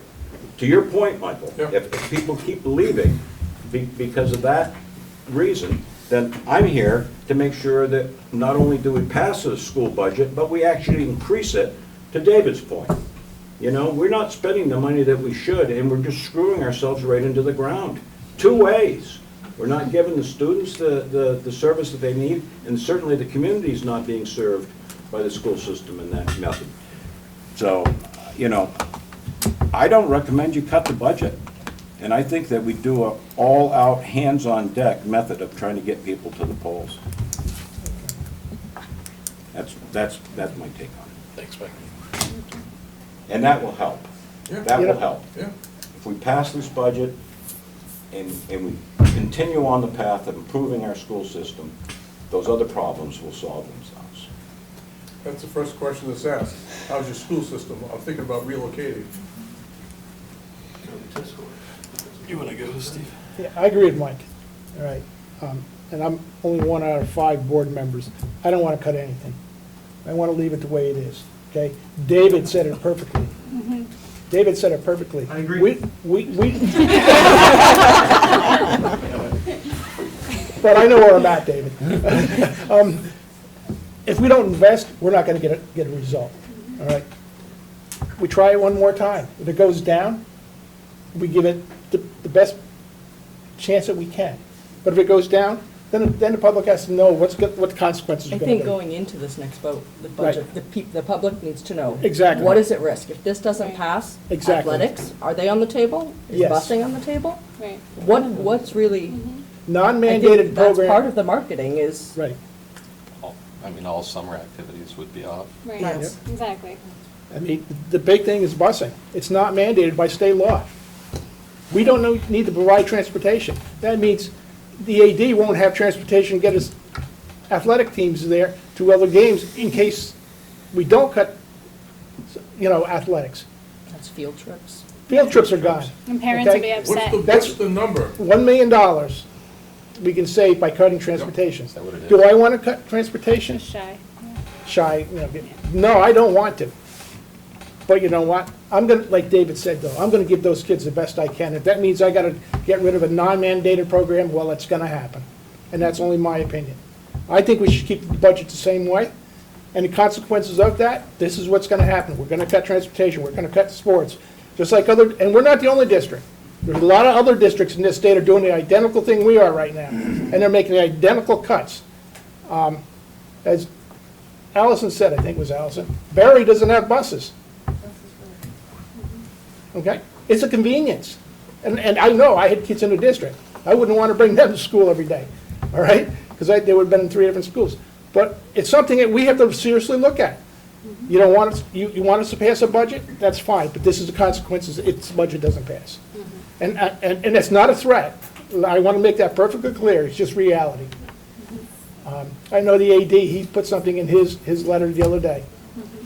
It's reality. It's not a threat, and don't take it as a threat. But These are hard conversations that we're going Exactly. to have. Yeah. right. Sorry. And in fact, the 275 is a cut, Right. because we've got to go up. It's if got to we go up. stayed- Right. Right. State flag. I'm sorry, I didn't introduce myself last time, I know that. I'm acting principal at Elmwood School, Amanda Carroll. Anyway, yeah, I kind of want to put a plug in for that too. So something else that's at stake is that we have a very high teacher, staff, admin turnover. And, for schools to succeed, you need to have sustainability.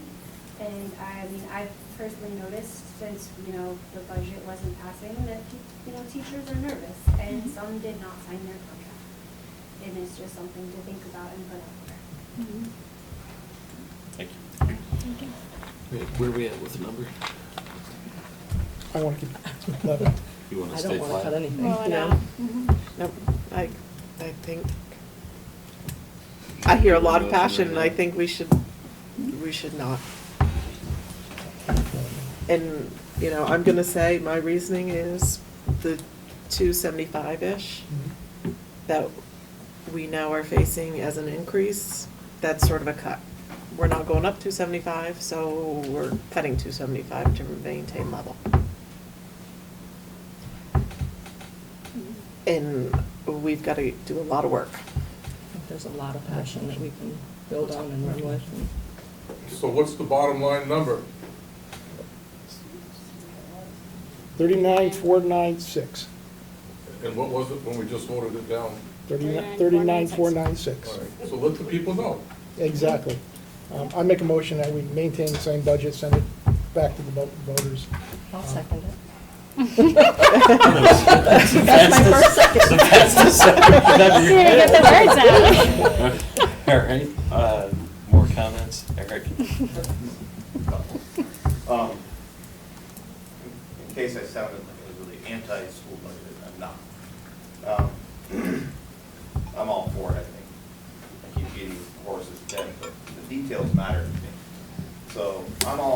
recommended budget that I've ever seen, that one before, I can see where it goes.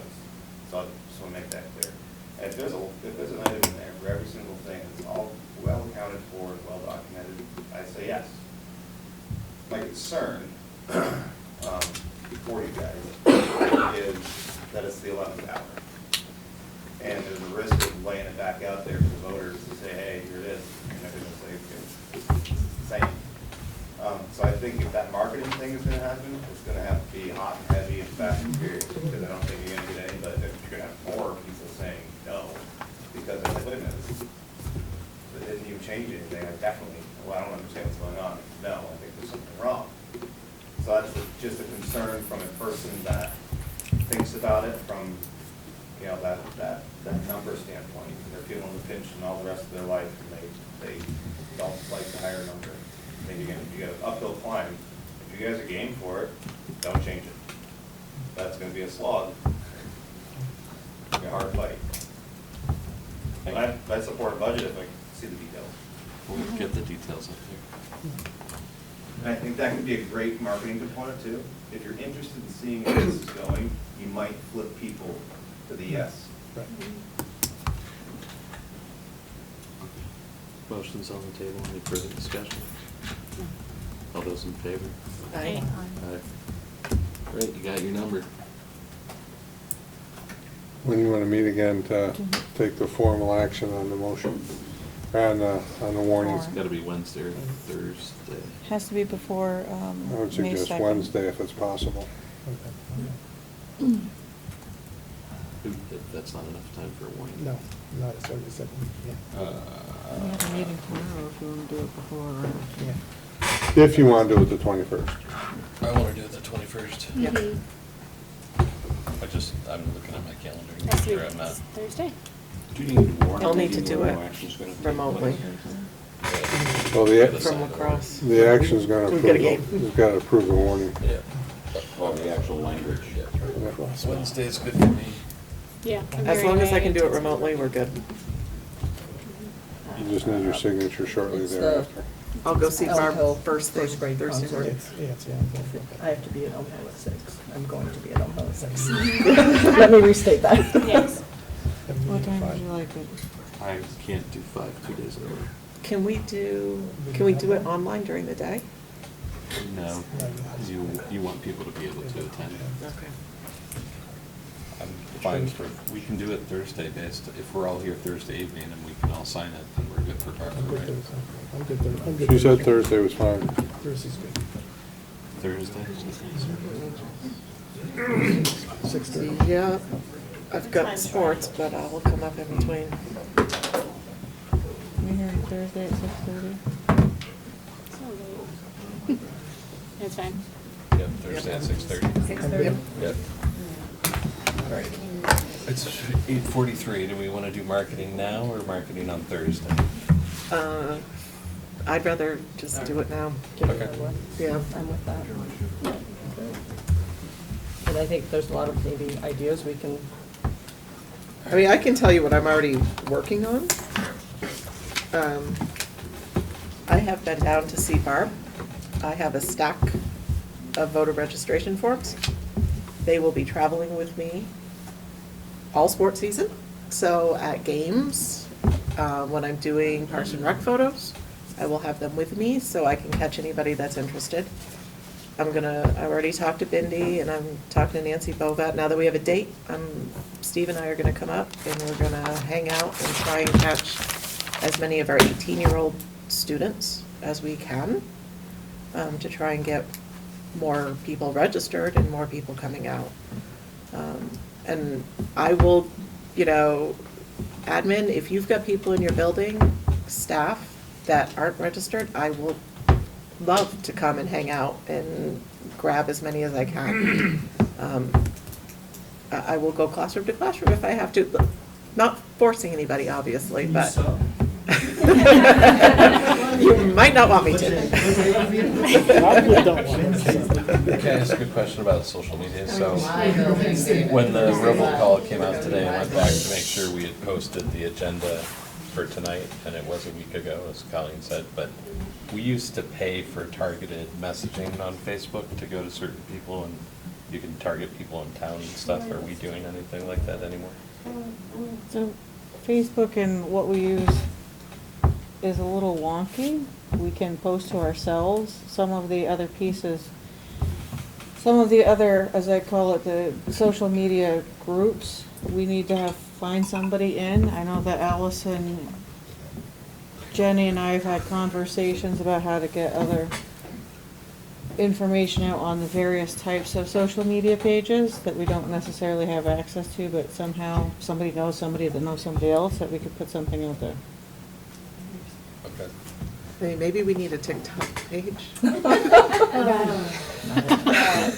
How do we? I don't have Steve's it. on it. What do we? I don't even have TikTok. But that's where people are at. What do we need to do to get some videos capturing some of the passion that we heard tonight? Yeah. Well, I think we need a bullet a day on the budget so that it's constant, like, here's the budget number, here's what health insurance costs went up, here's what, Vote like a mailer, you're thinking? I think you have to do it on social post, media. yeah. Yep. And then I don't just think the mailer share works, it. because I'm hearing we didn't, no one saw it or read it, so. Right. I'm working on a frequently asked questions document. If we're gonna do a mailer, I think we need a story, Needs to be right? different. Yeah, absolutely. It can't be that postcard anymore, it's gotta be a story about, here's what we're doing in the school to improve test scores, here's the guaranteed viable curriculum, here's GVC.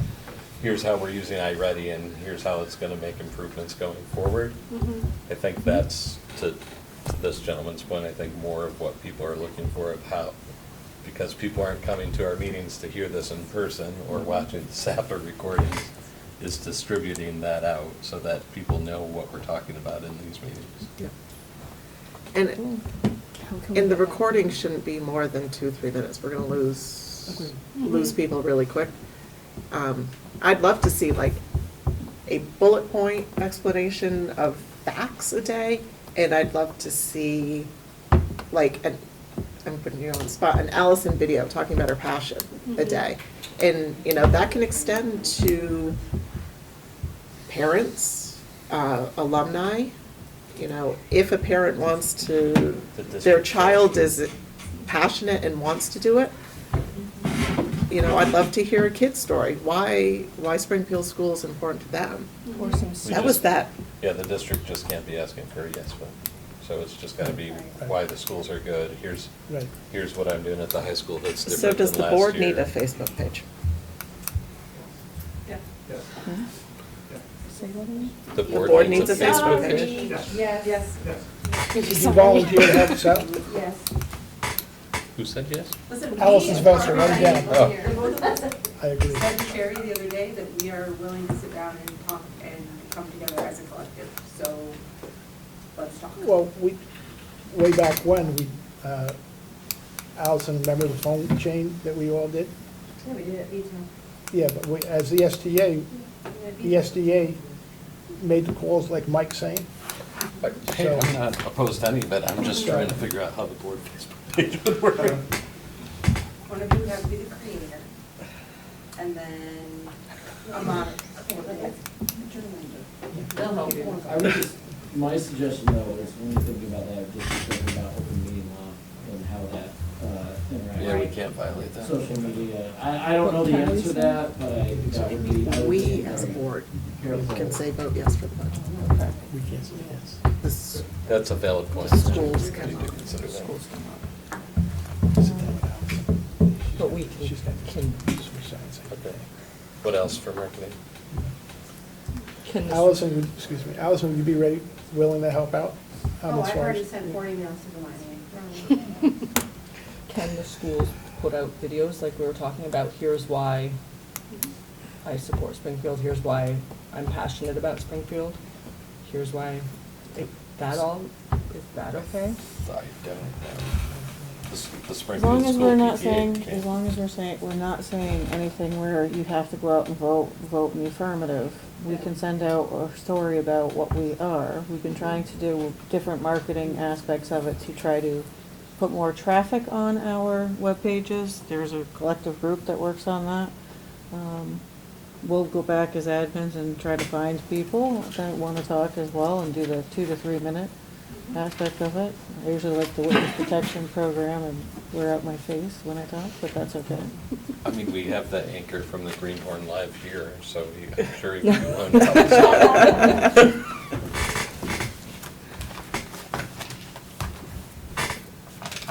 Okay. Anything else from anybody before I make a someone makes a motion to adjourn? Sorry. I'm on the Don't spot. apologize. Informational night, does that have to be the night before the vote? It has to be 3 days before.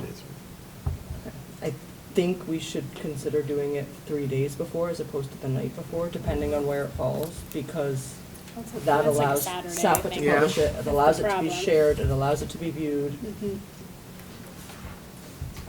And obviously, robocalls, Mhm. publicizing as much as we can, this is going on. And newsletters. I think just a robocall saying the next school budget vote will be May 21st this week. Mhm. So people are like, I didn't know it was coming. We can be like, Yep.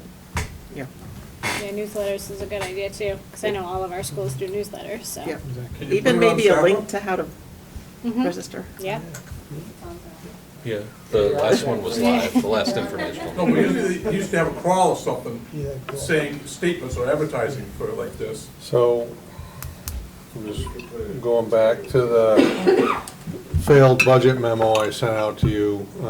The date of an Australian ballot revote must be at least 7 days, blah, blah, blah. Following a warning notice with the informational meeting taking place at least 5 days after the notice. These are special rules because of a failed vote. So could we have multiple? You could have multiple meetings. Have a finance one? I thought they were all Have a- finance. I mean, I don't know if it's worth it or not, but just, There's also the library, Burning out. the library was doing a come talk to the town manager meeting tonight. Tonight, yeah. We could always do come talk to the Chairman school board. board chair. I'm when are on you board. on, Sherry? Aren't you on in May? Oh, I'm coming up. Yeah, she is sometime. Hold on. She is 22nd. Or come talk to the school board vice chair night. Yeah, May 22nd. The day after. I heard a yes. What was that? I missed it. I go right, I don't know, Come it just shows talk up to on the the school board vice chair. But you can have multiple info meetings if you Mm-hmm. want.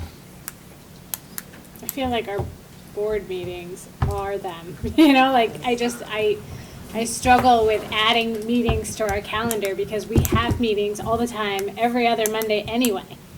And aside from this meeting, we get like 3 people. And I appreciate all the teachers, honestly, that join these meetings because that is hugely helpful, but it's so frustrating because there's nobody from the town that signs up. I am not saying no. I'm just saying it's so frustrating to have 6 more meetings added to my schedule where it's like, oh my God, is it gonna really do anything? That's where I'm struggling. We won't know until we do it. I know, but as you can tell, I'm very frustrated 2.5 hours into this meeting.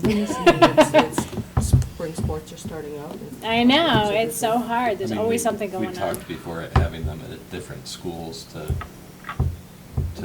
try and reach out to different aspects of the community as well. Mm-hmm. We could try that again too. We could have maybe a chat at the pavilion down at Riverside, one evening where all the sporting events are going on. Mm-hmm. Bernie That's a Day. good idea. Only 2 of you at a Bernie time. We can warn a meeting at the outdoor classroom at Riverside. Yeah. If all of you, yeah, Mm-hmm. just let me know what you do and I'll warn it. 3 days Right. ahead of time. Right. Yeah. So I don't want it to impact any decision you make. But it will. I forgot to tell you a month ago, A month ago, that I am currently on call for jury duty, so I can't promise you any day I'm gonna be available anywhere. I lucked out the month of April. They looked at me and said, we don't want him on a jury. Oh, no, we wouldn't want you at all. I can assure you, you're not wanted. Rick, in your position, you have no trouble getting out of it. I had problems getting out of it. That may be, But I just that wanna may give- be a valid reason not to be on it, actually. I just wanted to give you a heads up. Appreciate that, okay. Anything else? What? Well, so before, and if you're gonna have multiple meetings, I gotta know what the schedule is, because it's gotta be in your warning. Oh, I didn't know that, okay. Now, that doesn't mean you can't have non-official public meetings, but any official informational, budget informational meetings need to be warned in your warning. You have 2 regular board meetings before the vote. Okay. And one of them is the night The 6th before, and the the 20th, correct. the night, similar to the April meeting, one of them is the night before your vote. Right. So I'd do the informational meeting on May 16th, which is the Thursday before that Tuesday. That's, When we're do gonna the have all our ballots kindergarten go out? students. Elm Hill. They're gonna go out on Friday. Yeah. So we've got. That's the 400 problem people is vote with this before- time of year. By mail, long What before. about Monday the You 13th? gotta get the word out. I understand that. So would you say May 16th? They just told me that's kindergarten Yeah, night. Yep. May 13th. yeah, I think we have to do 13th. I can do that.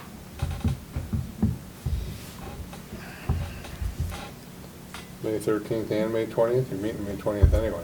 Yeah. I think the 20th could be an unofficial, ask your last questions. We could do I think- both I and think then it should do our definitely be regular an agenda point.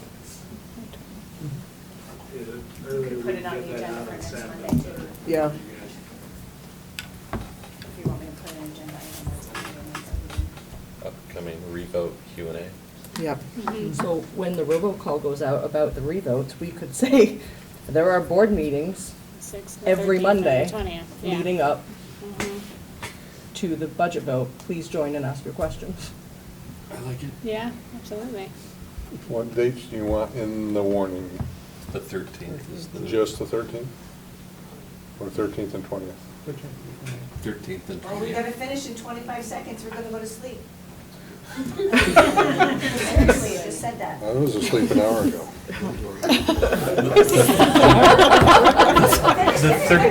The 13th and the 20th, we want in the morning. 13th and 20th? Yeah. Okay. High school library. If we have to say where it is. One of them, your mandated public meeting that you're gonna pay the moderator for, is that gonna be on the 20th? So are both of them. That'd be the 13th? The 13th, not the 20th. I would have them at both, frankly. If you're warning them and, Let's have them at both.